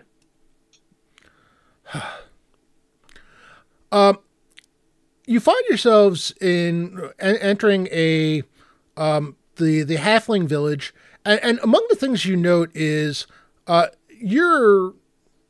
the hamlet is mostly halflings, there are a few humans here and there, which leads to the interesting juxtaposition of the buildings that are clearly made, clearly halfling abodes where they are small in size, small doors and such, as well as some that are half and half, where it appears that to accommodate some of the humans, they built a secondary structure adjacent to the primary, for the humans to live in.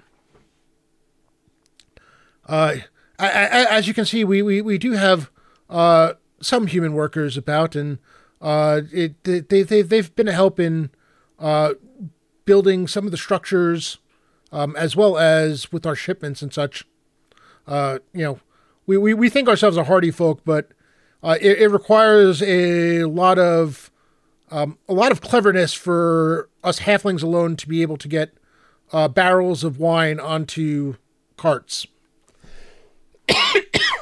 and wagons. So he brings you to his house, where he then introduces you to his wife. She of where the name Ruby for the wine comes from, Ruby Vinehart. And give me 1 second.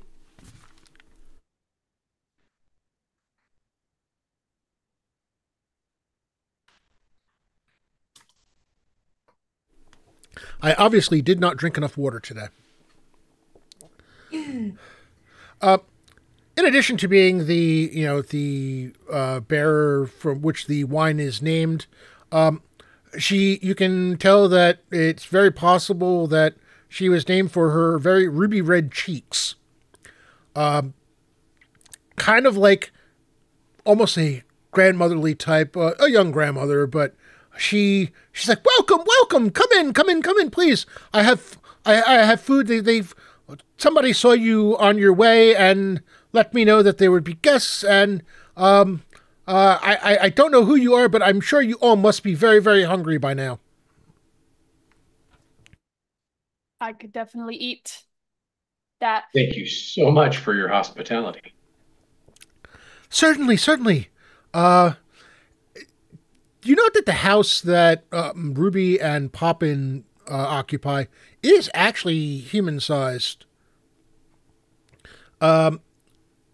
Dell also, immediately as he gets in, walks up, gives Ruby a hug, but you hear him say gently, "Now I've taken a hit."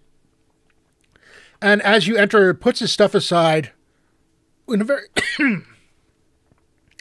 very familiar fashion. It doesn't take long to figure out that he apparently lives here as well.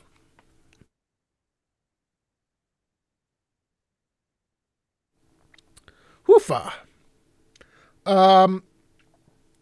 And soon enough, food is arranged. There's a table set out with all kinds of several what looks to be roast meats, possibly beef, not entirely clear. Lots of root vegetables, some lettuce of different types. It's not entirely clear who she thought she was cooking for today, but there's a lot of food nonetheless, almost as if by magic. Please eat. What can I get for you to drink? We have some ale. We have wine. Wine is always an option here. Personally, I would choose the wine, but I understand it may not be to everybody's taste. Of course, we have clean water. Well, only we make sure our water is very clean for our guests. What can I get for you, all of you? I will definitely take some more of your fabulous wine. And she turns, looks at Poppin, and Poppin immediately says, "Yes, dear," and immediately goes to fetch a couple of bottles of wine. He comes back with 2 bottles, stops, goes back and gets another 2 bottles, and has 4 bottles of wine that he puts on the table. And he says, "Well, this will get us started." And whatever vintage you happen to be pouring, and Aver, just kick me awake tomorrow morning when we need to go. Oh, absolutely. With enthusiasm. You just see Brute already at the table, hand on wine, big old smile on his face. No, Brute, not the whole bottle. Brute. Let them put it in a cup. But Brute. Big guy, you gotta share. Brute. If we ask nicely, maybe they can bring you another bottle specifically for you. So he puts the bottle of wine down, just kind of sits there with his head down like he's a toddler. And looks up and tries to grab a piece of bread. You can have the bread. Savages. And then he grabs his glass. Brute. Oh boy! He wants you to fill up his tankard. Basically, that's what he's saying. And Tim, Tankard of fine wine. That's how you knew what you were getting into whenever I gave you my character description. This is how Brute likes it. It's at that moment that you realize that Dell had momentarily disappeared, and not entirely sure how long he's been gone. When he gets back, you see that he seems to be walking really freely. No sign of the pain that he was walking with as we made our way here. I see the wine is out, and I see Brute has taken a liking to the wine. I think I have something that might help. And he goes over to one of the cabinets and pulls out an oversized tankard and puts it in front of Brute. "Here you go, big fella. I'm sure this will help." And he gives Brute a wink. Brute has the biggest smile on his face, grabs a tankard, and just says, "Brute." We're not helping. This is not helping. Trinley goes, "Good for you, big guy." He's like pointing into the glass or into the tankard. Brute. He wants more. My guess is if that you didn't tankard get will that. fit about a bottle of wine. Most of it, yeah. Close. I only had 1 cup. And then he puts his hand up to give Dell a high five. And then he probably Take his arm right off. he's just like Brute. Dell surprisingly hits the high five and only backs up a couple of inches, kind of to save himself. But he meets the brunt of the high five almost head on. Well, not head on. That would hurt. Straight on. He's like, yeah. Dell turns to Tyrell and says, "I like this one." and takes a seat on the other side, to Brute's other side from Trinley. And Trinley, slaps his arm and she's like, you do have to take it easy. We have to be up early in the morning. And I know how hard you are to wake up. And as she says that, Brute has his hand about to hit Dell's shoulder, as in a nice little pat. But it was going to be a hard pat. And as she's telling him, "Now take it easy," you see his hand kind of go.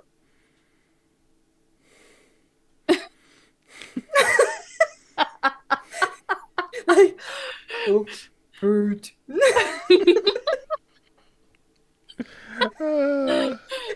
is big guy barely tapping his shoulder. Good job. Boy. Good job. Good job. Mm-hmm. We love it here. The I think I've just grown used to them, honestly. Poppin and Ruby take their seats, and the meal begins. And Poppin looks out and says, "So, so tomorrow you heading out at first light then?" We will. This is probably the best way to, now that we have at least an idea of direction of where some of these creatures went, try to figure out what's going on. Ruby has, she has a look of concern on her face and says, "Well then, please eat up, and I will make sure I will have breakfast for you when you awaken. I'm up with the sun anyway, so it will be no trouble. We make sure that your meals before you undertake this are well prepared for you. Thank you so much for this." And she looks pretty emotional at the moment. Trinley turns to Ruby. She goes, "Now I know this is probably very hard for you to speak about since it is so fresh, but I know you are a survivor of one of the attacks. Do you remember anything distinctive about your attackers that might help us?" I was one of the first, and there were some humans, and they had dogs, but it's odd. They didn't seem to be trying too hard to hurt me. It was almost as if they were doing it just to scare me, and they were shouting, "You don't belong here. You need to go, and all of you need to go." And I didn't understand. They wouldn't say why. But as you know, things did not work out as well in later attacks, and I can't help feel some guilt having been let off so lightly. You shouldn't feel guilt at all. I mean, it's unfortunate that there were some deaths in these attacks, but I think you should feel grateful that you're still alive and still able to be here to help us be able to help you with your information. It is. Yes, I know you're right, and I'm sure sooner or later I will be able to convince myself as well. I think it's just going to take some time, and maybe once the attacks have been stopped, I'll be able to see it that way. Understandable.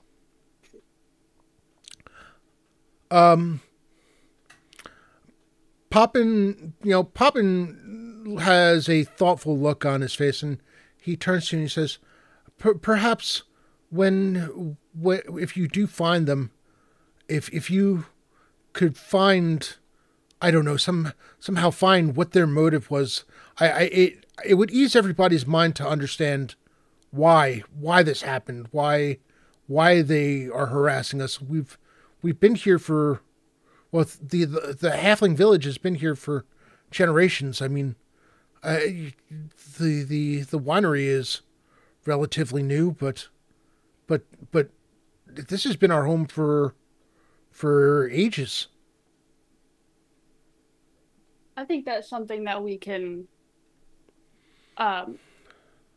gather for you while we are tracking the one who fled tomorrow. I think that's some information that we can bring back to you.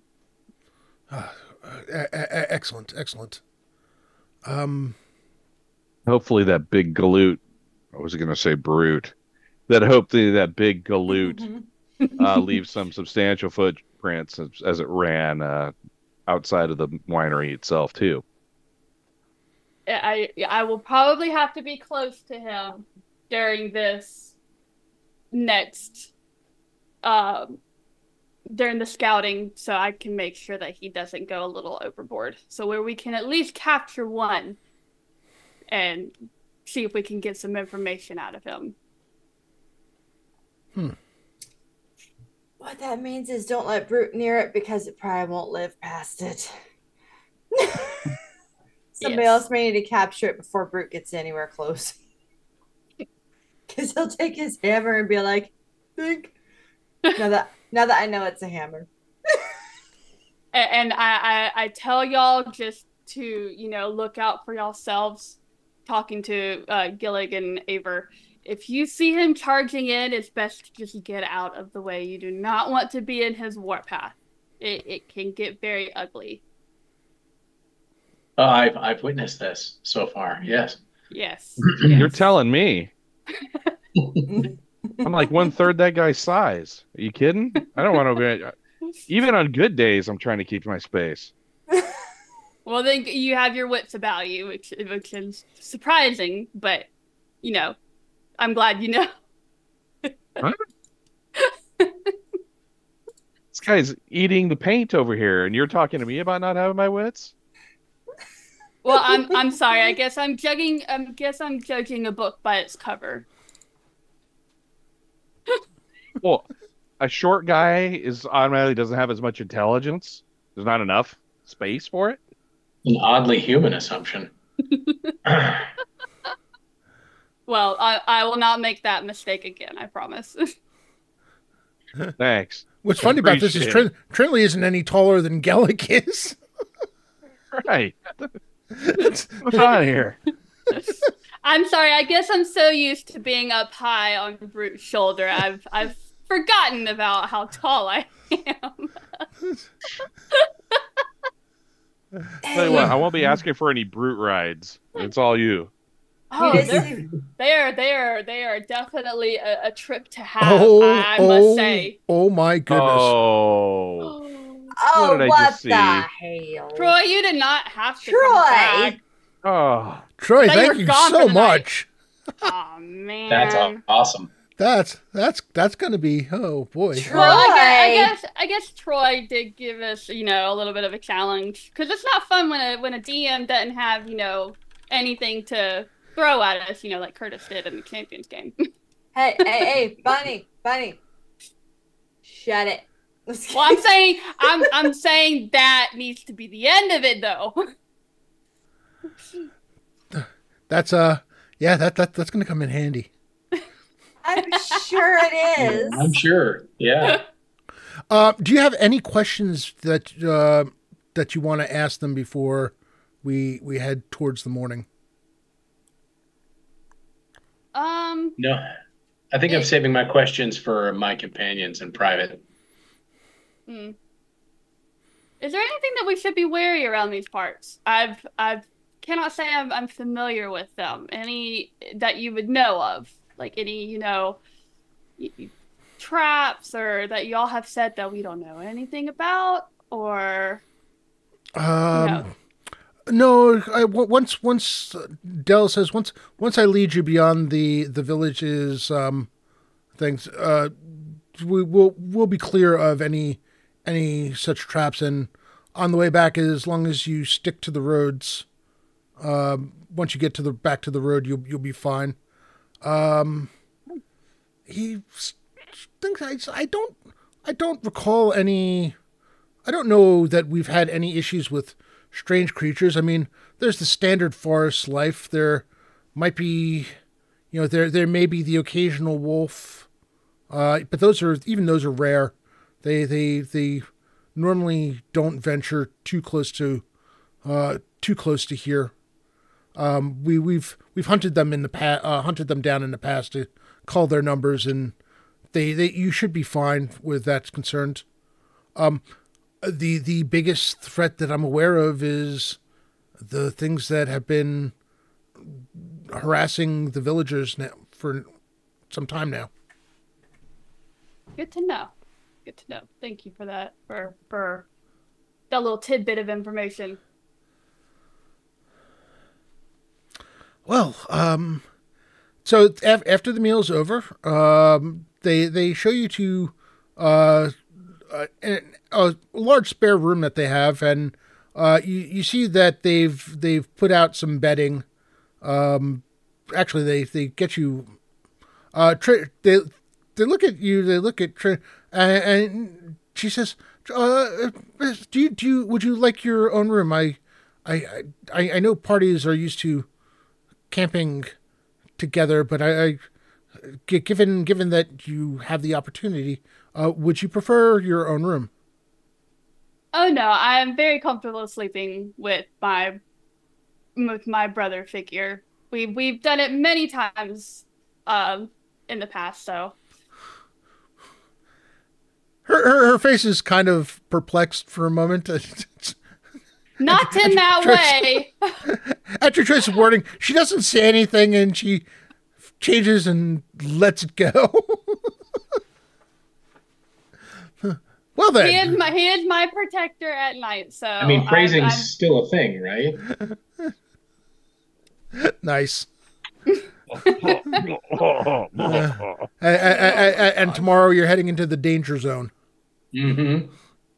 You see Brick is looking around because he didn't catch on to what was said because his intelligence is 4. He just like, oh. I just assume you're still cleaning the table. Table's been cleaned. There's nothing left at the table. The table's been cleaned. It's gone. Fruit's over there licking door handles. It's extra seasoning, damn it. Brute, I think the door handle is clean enough. Let's call it a night. They seem to just kind of go.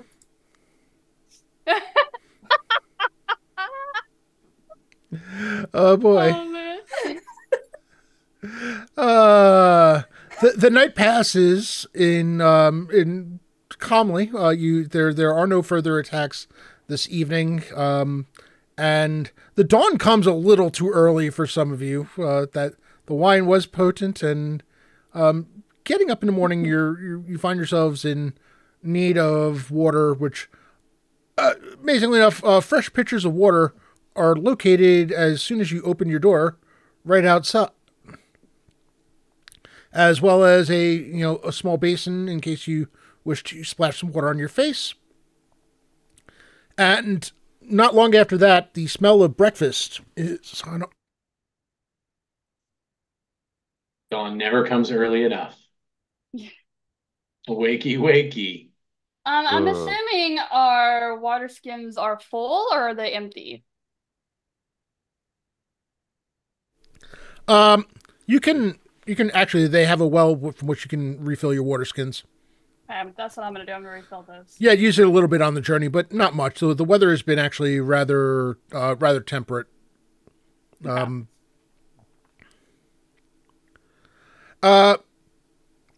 Breakfast, breakfast is good. You have large filling breakfast, and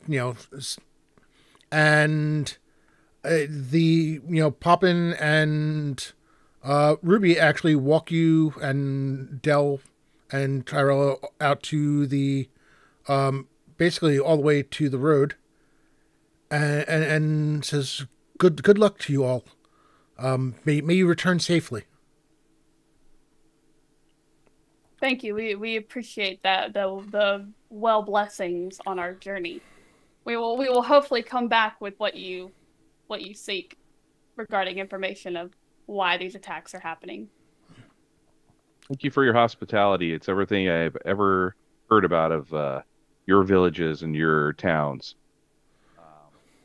Probably should keep an eye on things too while we're gone. Del says, I will help you hopefully locate where they are. But as soon as we do, I'm going to need to head back. I need to make sure that somebody is here protecting the village. I can't leave it completely undefended for too long. I hope you understand. I absolutely. Root. All right. So you decide where do you want to start from? Do you want to start from going back to the winery and going from there? Might be the easiest course because we can, kind of get like, I guess, did we see him run away? Tyrella did. Okay, she's with us, correct? Yes. Okay, we might want to follow her then since she saw where he ran. Okay. Yeah, I mean, it doesn't take you all that long to get back to the winery, especially since you're all feeling a lot better. Within 10 to 15 minutes, you're there. And Dell starts looking around, and you see Tyrella point out where the ogre was started from. And he starts looking and investigating. And it doesn't take very long before you see he's picked up a trail. You start heading west for starters. For Heathen, we're doing very well. Thank you very much. Good to see you. And it isn't long after you've left the general vicinity of the winery and the vineyard that he starts heading northwest into a more wooded area. Off any trails. He's very, very deliberate about things. Let's see. Gellig and Trinley, give me a listen check. So give me a wisdom plus your listen bonus level and your wisdom modifier.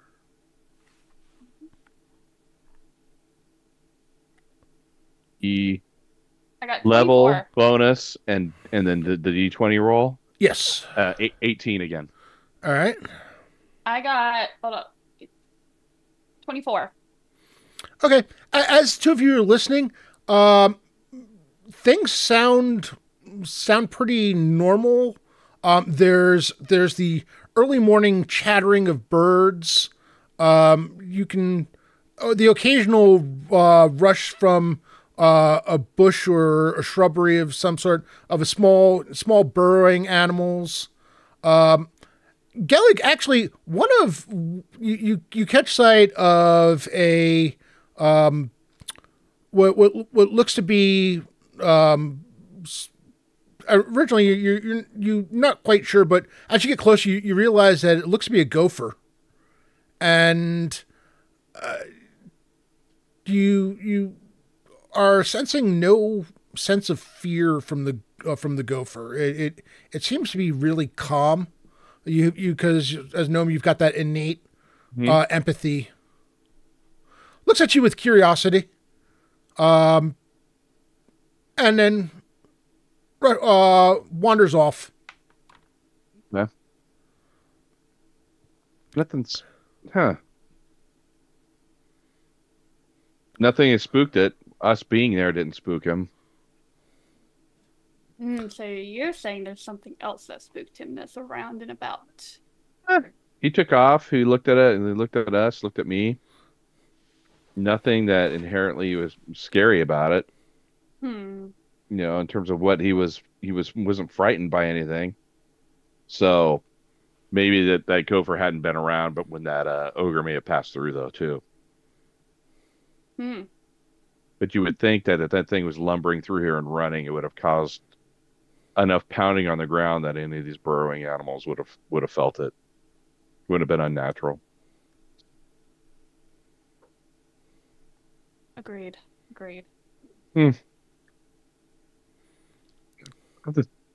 Nothing further I can figure out, so we want to keep moving forward or see if we can pick up whatever track.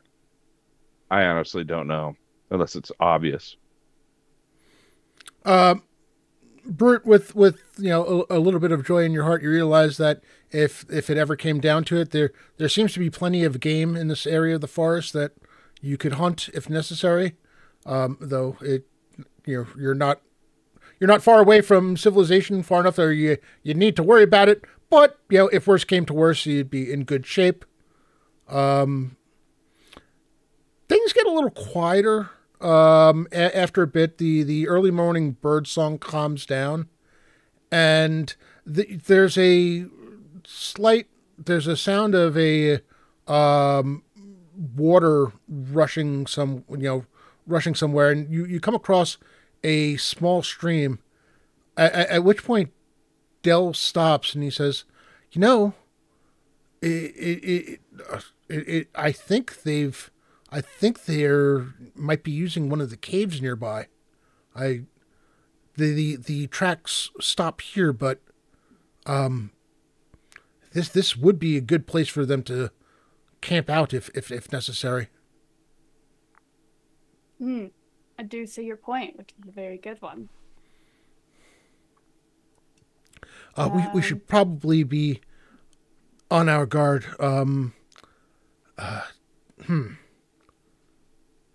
And he looks at the water, and he knows that the stream is not too bad. Because I think it should be safe for all of us to cross. Trinity says, well, I'm on Brute's shoulder, so I think I'm good. Fair enough. Yeah, you can. Might need a little help. Brute looks over at Geleg and taps his other shoulder. Brute? Oh. He's asking if you would like to take a ride on his other shoulder. What could possibly go wrong, Gellert? Trust me, you'll enjoy it. If ever, I swear to God, if you ever talk about this outside of this group, yeah, I guess I'll climb up on Brute's shoulder. How humiliating. But I'll do it. And Trust me. Go ahead. After you climb up, he looks over at you, gives you a really big smile, just does like a fist bump. Brute. Hey, thanks, Brute. Even a fist bump's gonna crush my fingers, and I need that to cast, so I'm good. All right, who wants to cross first? I will. All right. Absolutely. All right, you're able to make it across reasonably easily. You've got your full balance about you. You see that the water comes up to maybe about just above your shins. It's about knee deep. Okay. Not quite knee deep, but about halfway to being knee deep. Dell looks at the water uncertainly, and Tyrella looks at him. He looks up at Tyrella and he says, "No, you will not be carrying me across the water." I could throw you a rope. That would be excellent. Thank you. So I'll secure the rope to a tree or some other object. Like if there's a big enough rock that I can secure it to on the far side and toss it across, just so he's more comfortable. Okay. It's a little more work for him. You didn't offer me that. I didn't get the rope. You chose to ride on. It's okay. Brute. You got the better option. You got Trust the me. shoulder of Brute. What could be better? Trust me, Gillig, it won't be your last, I guarantee it. Yeah, like Free Heathen said, no rope for you.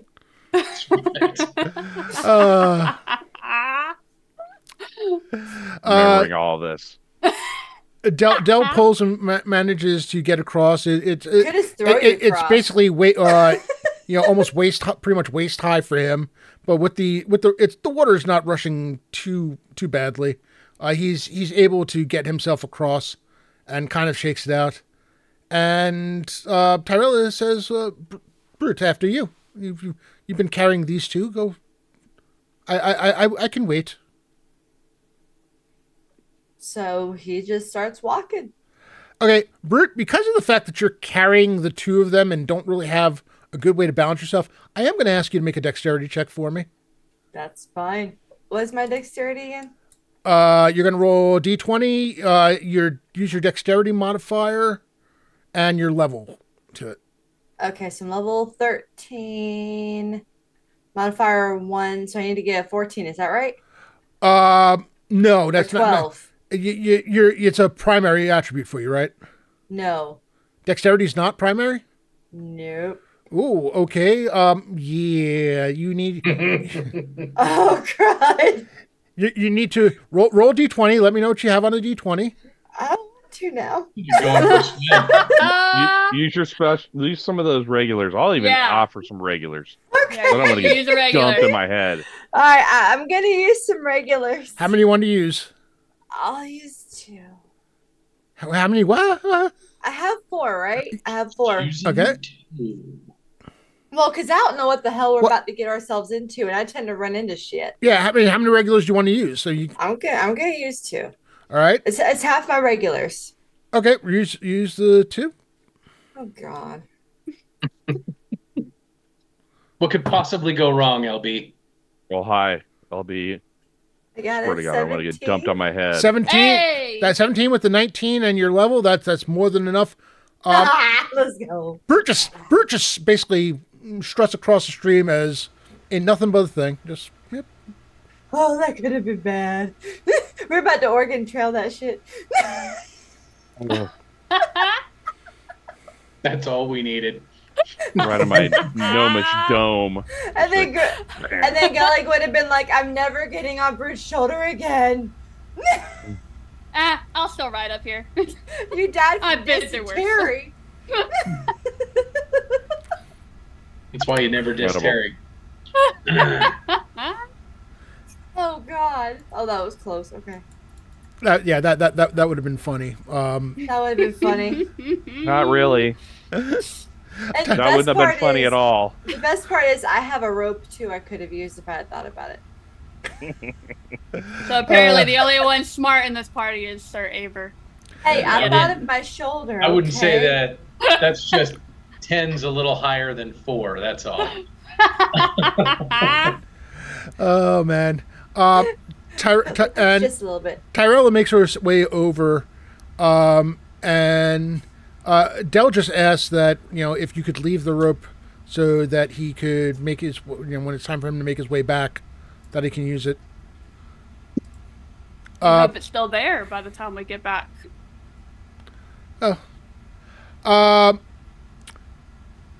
Let me see. He's able. Let me see if make sure he's able to pick up.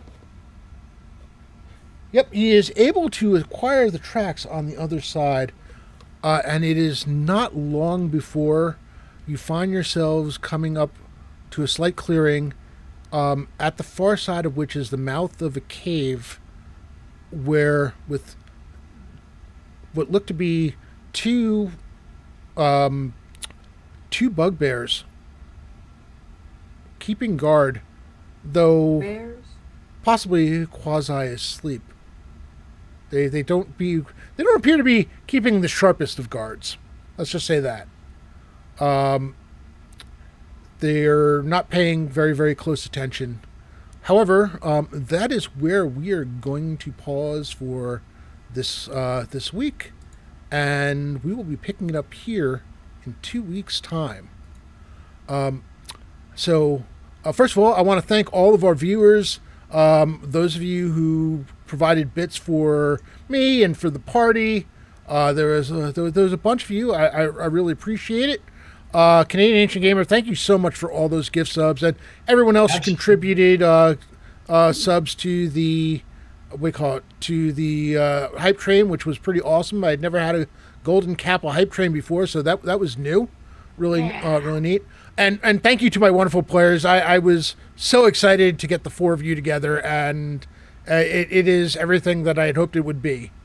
I hope you've enjoyed this as much You're as... welcome. Complete and utter unhinged chaos. I can't believe I didn't know what a mole was. That just makes Yeah, it yeah. 10 times better though. My light is still down on my monitor. I'm gonna be fixing it after the game Oh my God. because it fell when I first came in and jumped. No, we're live. Oh shit! Yeah. Oh, That man. was awesome. We're live? Oh, my So, bad. so in that case, well, let's take a moment and introduce yourselves again on as we end, and I will get ready to close the drawing. Let's start with Gellig. Kurt. Hi. I'm Curtis. Thank you for guys for coming in tonight. This group is hilarious. This is not the first time I've been with miscreants. Won't be the last either. Nope, I Brett and love I it. Brett and I will be working on Gary Con for 2025 shortly because we'll be working on the Tower of Gygax event on site. So Awesome. between that and our Brett's really the brains behind it, but we're working on a ongoing Burial Forest campaign. Not surprised. And I will be still working on Champions games. So Jay he said he'd like to run some more stuff on his channel, so we'll do that at some point later in the year as time goes on with these this cast of crazies that we have on tonight for you, Rob. So Love it. Thank you very much for having us. Thank you for being here, Curtis. Really appreciate it. I can't wait for next year's GaryCon. That's going to be another excellent time. It's going to be so much fun. Yes. You know what? I can't take 11 days. No, I'm really happy. I'm really happy that it'll be limited to 5. You know, yeah, 1 week is good, and it'll be outstanding. So yeah. though I think next year I think I may come back on Monday. I think I might take the let myself enjoy the Sunday and hang out with some people and just really relax and come back on a Monday. That's what we've been doing the last couple of years, and it's actually kind of nice. It's all we have to do is get back to Chicago and travel, and we do it later in the day, so it's no rush. It's nice to see everybody off, and then we'll roll. So it's good. Thanks for having us. I'm looking forward to this here in the next 2 weeks again. Sweet, Brett. What you got? I think Curtis covered a lot of it, but what have you got going on? That's because we share a brain. But that's scary. I'm sorry, Brett. And it's still only half of one. Working on GaryCon. Again, looking forward to doing some more playing Reviler in another Champions game because that was amazing. That was so much fun. I know, right? And I love getting to hang out with these knuckleheads. It's been a blast. You call me a knucklehead. I love it. That's right. I feel like I'm 8. If you had telling us like behave. If you had called them that beforehand, the group name would have been the Knuckleheads. I'm not gonna lie, I would have gone with that. That'd have been great. That'd have been amazing. I mean, flashbangs work too because that. I love it. Yep, I love it. Oh yeah, I'm waiting for Trinley to chuck hers and bail. Yeah, that's gonna happen one of these times. No, also looking forward to GaryCon next year. Finally going to get to dip my toe in the GMing at GaryCon waters. Nice, so, exciting. So yeah, lots of work to do, but all of it's a pleasure. So thanks for having me, Rob. This has been fantastic. Can't be more excited for 2 weeks from now. So excellent. Thank you, Brett. Yeah. Cocoa Bunny. Yes. Well, I want to say thank you. Thank you very much for having me. I had a blast. Anytime I get to play with these amazing people, I know it's always going to be fun. Yes. Yeah. I mean, everybody's already said I cannot wait in 2 weeks that we get to finish part 2. Definitely hope we get to go on, more traveling adventures with this group in the future. I have plans. I will be making plans almost as soon as that one's done. Yay! Awesome. Yeah. If y'all think GaryCon was fun this year, next year, and I don't want to speak for Bird, but I'm planning on volunteering, so you'll get to see a lot more of me next year, which I'm really excited. Oh, I am too. If they'll have me, they'll probably look at me and be like, "You volunteering? Shit." The nice thing about doing just the 4 or 5 days next year is I will have a lot more energy because I had to manage a lot of energy just dealing with the 11 days. And you feel bad every time, you're just trying to recoup. It's there's things going on and people are doing stuff and you're not there. And it's Yeah. I've heard that a lot from people that it's just 5 days, 6 days is great. 11 to 12 is just it's too much. And it was a one shot. No moss. Yes. No moss. I couldn't do it anyway, even if they did it. Yeah, I'm excited. I'm looking forward to GaryCon next year. I'm already planning for it. I can't wait. Mm-hmm. Nice. And Little Bird. Hello. I'm Little Bird, as he said, and y'all can see. Okay. I'm also looking forward to GaryCon next year. I'm hoping to volunteer if they will let my chaotic, awkward self do it. I also want to play more games, and I also play a lot of other games too. I love D&D, and this is my first C&C game, so thank you for letting me play. I freaking love it. Hope I didn't mess it up too much. Oh, you were fantastic. You were all fantastic. Except for the mauling thing. Never gonna live that one down. I've got news for you. That would have been the same problem in D&D. So. It would have been. No, it would have been the same problem everywhere. I didn't know that was a fucking weapon. So, I mean, you're welcome for the clip that you could probably make. Me too. I play a lot of other games too. Like I love Fortnite. I love horror games, DBD, all sorts of stuff. I am doing a 24-hour stream on Saturday again. I'm doing 2 in the month of May. I'm excited. So excited. I'm so excited. It's going to be so much fun though. Nice. She likes to torture herself, but she gives her chat, 24 hours to troll her the entire time, so it's great. I am. I'm doing a 24 this Saturday coming up. I'm doing a 24 on the, that's what doing the math, 11th and 25th. Then the next weekend, I'll be in Dallas for DreamHack Dallas. So, and my last 24 on the 25th, I'm going to do as a charity stream.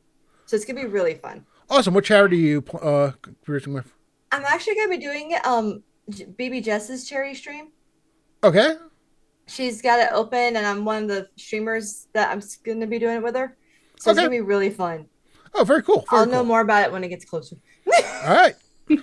I'm just going to say that's a lot of LB. I know. 24 hours of LB. Hey, some people say it's not enough. All I know is I think I told those people. I told you this once upon a time. I am in absolute awe of your energy level near the end of the 24 hours because so I was like I have a hard time matching that 3 hours in. It's like wow. I mean, I just did a 13-hour shift right before I came in here and was like, oh, we're live, shit. So best entrance ever. Still my scrubs. All right. And on that note, so I will have a stream this Thursday talking.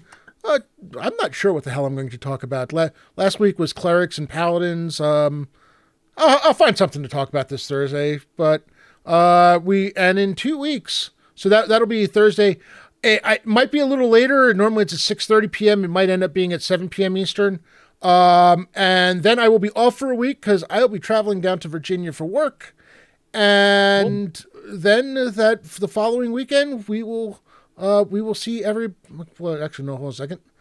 No, the week after that is the 19th.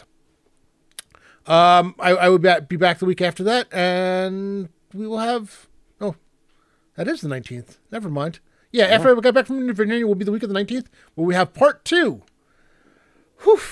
It's been a long day. I can probably give you, an idea on Thursday. You could talk about weapons and what they are and what they do, for Bird to take part in. Oh boy. Two-handed weapons. Their names and what they do. If you're feeling called out, LB, I mean, when is a mall? Not a mall. Hey, it could be dark. It could be Death Mall for all you fucking know. Listen. I live in the state of lightsaber. I live in the state of malls, so it's like, wait, you say mall? It's like my favorite part of it was I thought you meant mall. Yeah, and I saw the hand gestures. Yeah, because she was like, I'm gonna put my hands on him. I was like, what a mall. She must have an extra hand or something because she's holding her weapon as well. Because I'm looking at the hammer down at the bottom that your character is holding. I thought that was the dirk. And on that note, I am going to close the giveaway. Yes, please, Rob, because it just there's a rabbit hole and it's opening. It's degenerating quickly. All right. Oh. That's why I love you. Our winner for tonight's giveaway is... At least I didn't say spear. Diamond Anvil. Diamond Anvil, are you still with us? Oh, man. Let me see. Looks to be still in chat. Yes. So there he is. All right. Yay, congrats. Congrats on Diamond Anvil, if you could find me on Discord, hold on a second. I thought that was A Dirk. You said, if you're, I don't know if you're on Discord. If you're not on Discord, I can probably send it to you through Twitch, but makes it a lot easier. And yeah, I will get that code out to you. Just send me a whisper either way, whatever your preferred method is, and I will get you that code. Once again, thank you, everyone. I don't know, is there anyone to read? Darling is on. Darling is on. Excellent. All right. They're still on. Oh wait, no, they're raiding out now. Oh, they are. They're about to raid you. Oh. They're raiding you. Oh man. Oh my goodness. Read it when that happens. Okay, so Bird. Okay, Did you think that he just gave you that hammer to make your character look cool, or what did you think its uses were? Did you I just thought the hammer was the name for the dirk, and the mauling was getting your claws out and just clawing the fuckers. Yeah, you know what the best part is? That was the biggest hammer I could find in of the ones that they had in the images. I wanted to make something because I knew it was supposed to be a big hammer, and I wanted something looking impressive. Darling Creepshow, thank you so much. We were actually about to read you, but you know something? Let's do this. I am going to. Hey, darling. Hey, everybody. Hi, everybody. Hello. Thanks for the raid. Hello. Thank you for the raid. I can't wait to go back and watch your episode. It looked awesome from what I could see. Yes. Yeah, we were just. I want to thank you so much for the raid. We were just about to raid out, and now I got to figure out who we're going to raid out to because there is not really a heck of a lot on. Yeah, we were about to raid you, darling. I was like, oh no, she's about to raid you. And you had like beat 10 us to seconds it. left. I know. You've got to be quicker than that. You know something? He's playing World War Z Aftermath, but is still Kafir. At least is somebody we know. He's part of the Greyhawk Creatives, and we can do that. But thank you so much for raiding in. Thank you, everyone. This video will be uploaded to YouTube, and please consider visiting. And my YouTube link has decided not to work. That's awesome. That's right, LP. Forever memorialized.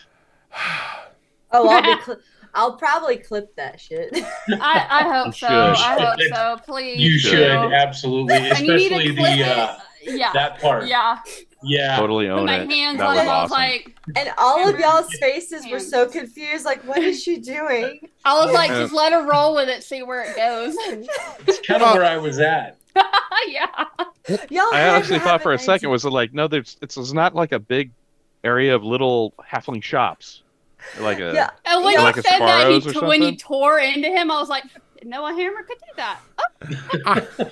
I mean, y'all had to think I I- meant mauling as in this. I was very confused with the first thing that she attacked, and I was like, maybe she's just bringing the hammer down very hard on its head. I was like, that's kind of what I went with the description, and I didn't pick up on what was going on. I just decided to let it go. You had a 13-hour shift, and you rushed to get on, and things happen. I thought it was like you were going to hit it like a croquet ball, with a giant mallet. My light's still hanging onto my monitor. But And the second one, I was like, damn, you swung that hammer hard to knock that guy's head off. But those of you who just joined us, this was part one of a two-part adventure, and they will be attacking the cave where the hunters of the halflings apparently are to be found. So please join us in 2 weeks on May 19th at 9:30 p.m. Eastern, and let's set up the raid for Was it Cave Geek Art? I have to remember what his channel is. Come back for more of the insanity. Let's go. It'll be probably 10 times more than what there was tonight. What will Bird Well, for fuck the up mauling. next? Yeah. What will she mess up next? What will she misinterpret next? What will she mess up next? It could be anything, for all we know. All That right. means a lot, probably a lot. We got 41 with the raid. Great raid size. Woo! Thank you so much, all. Have a wonderful evening, Let's and we will see you go. soon. Bye, everybody. Awesome. Bye. Bye, Have a good week. guys. Thank you for being here.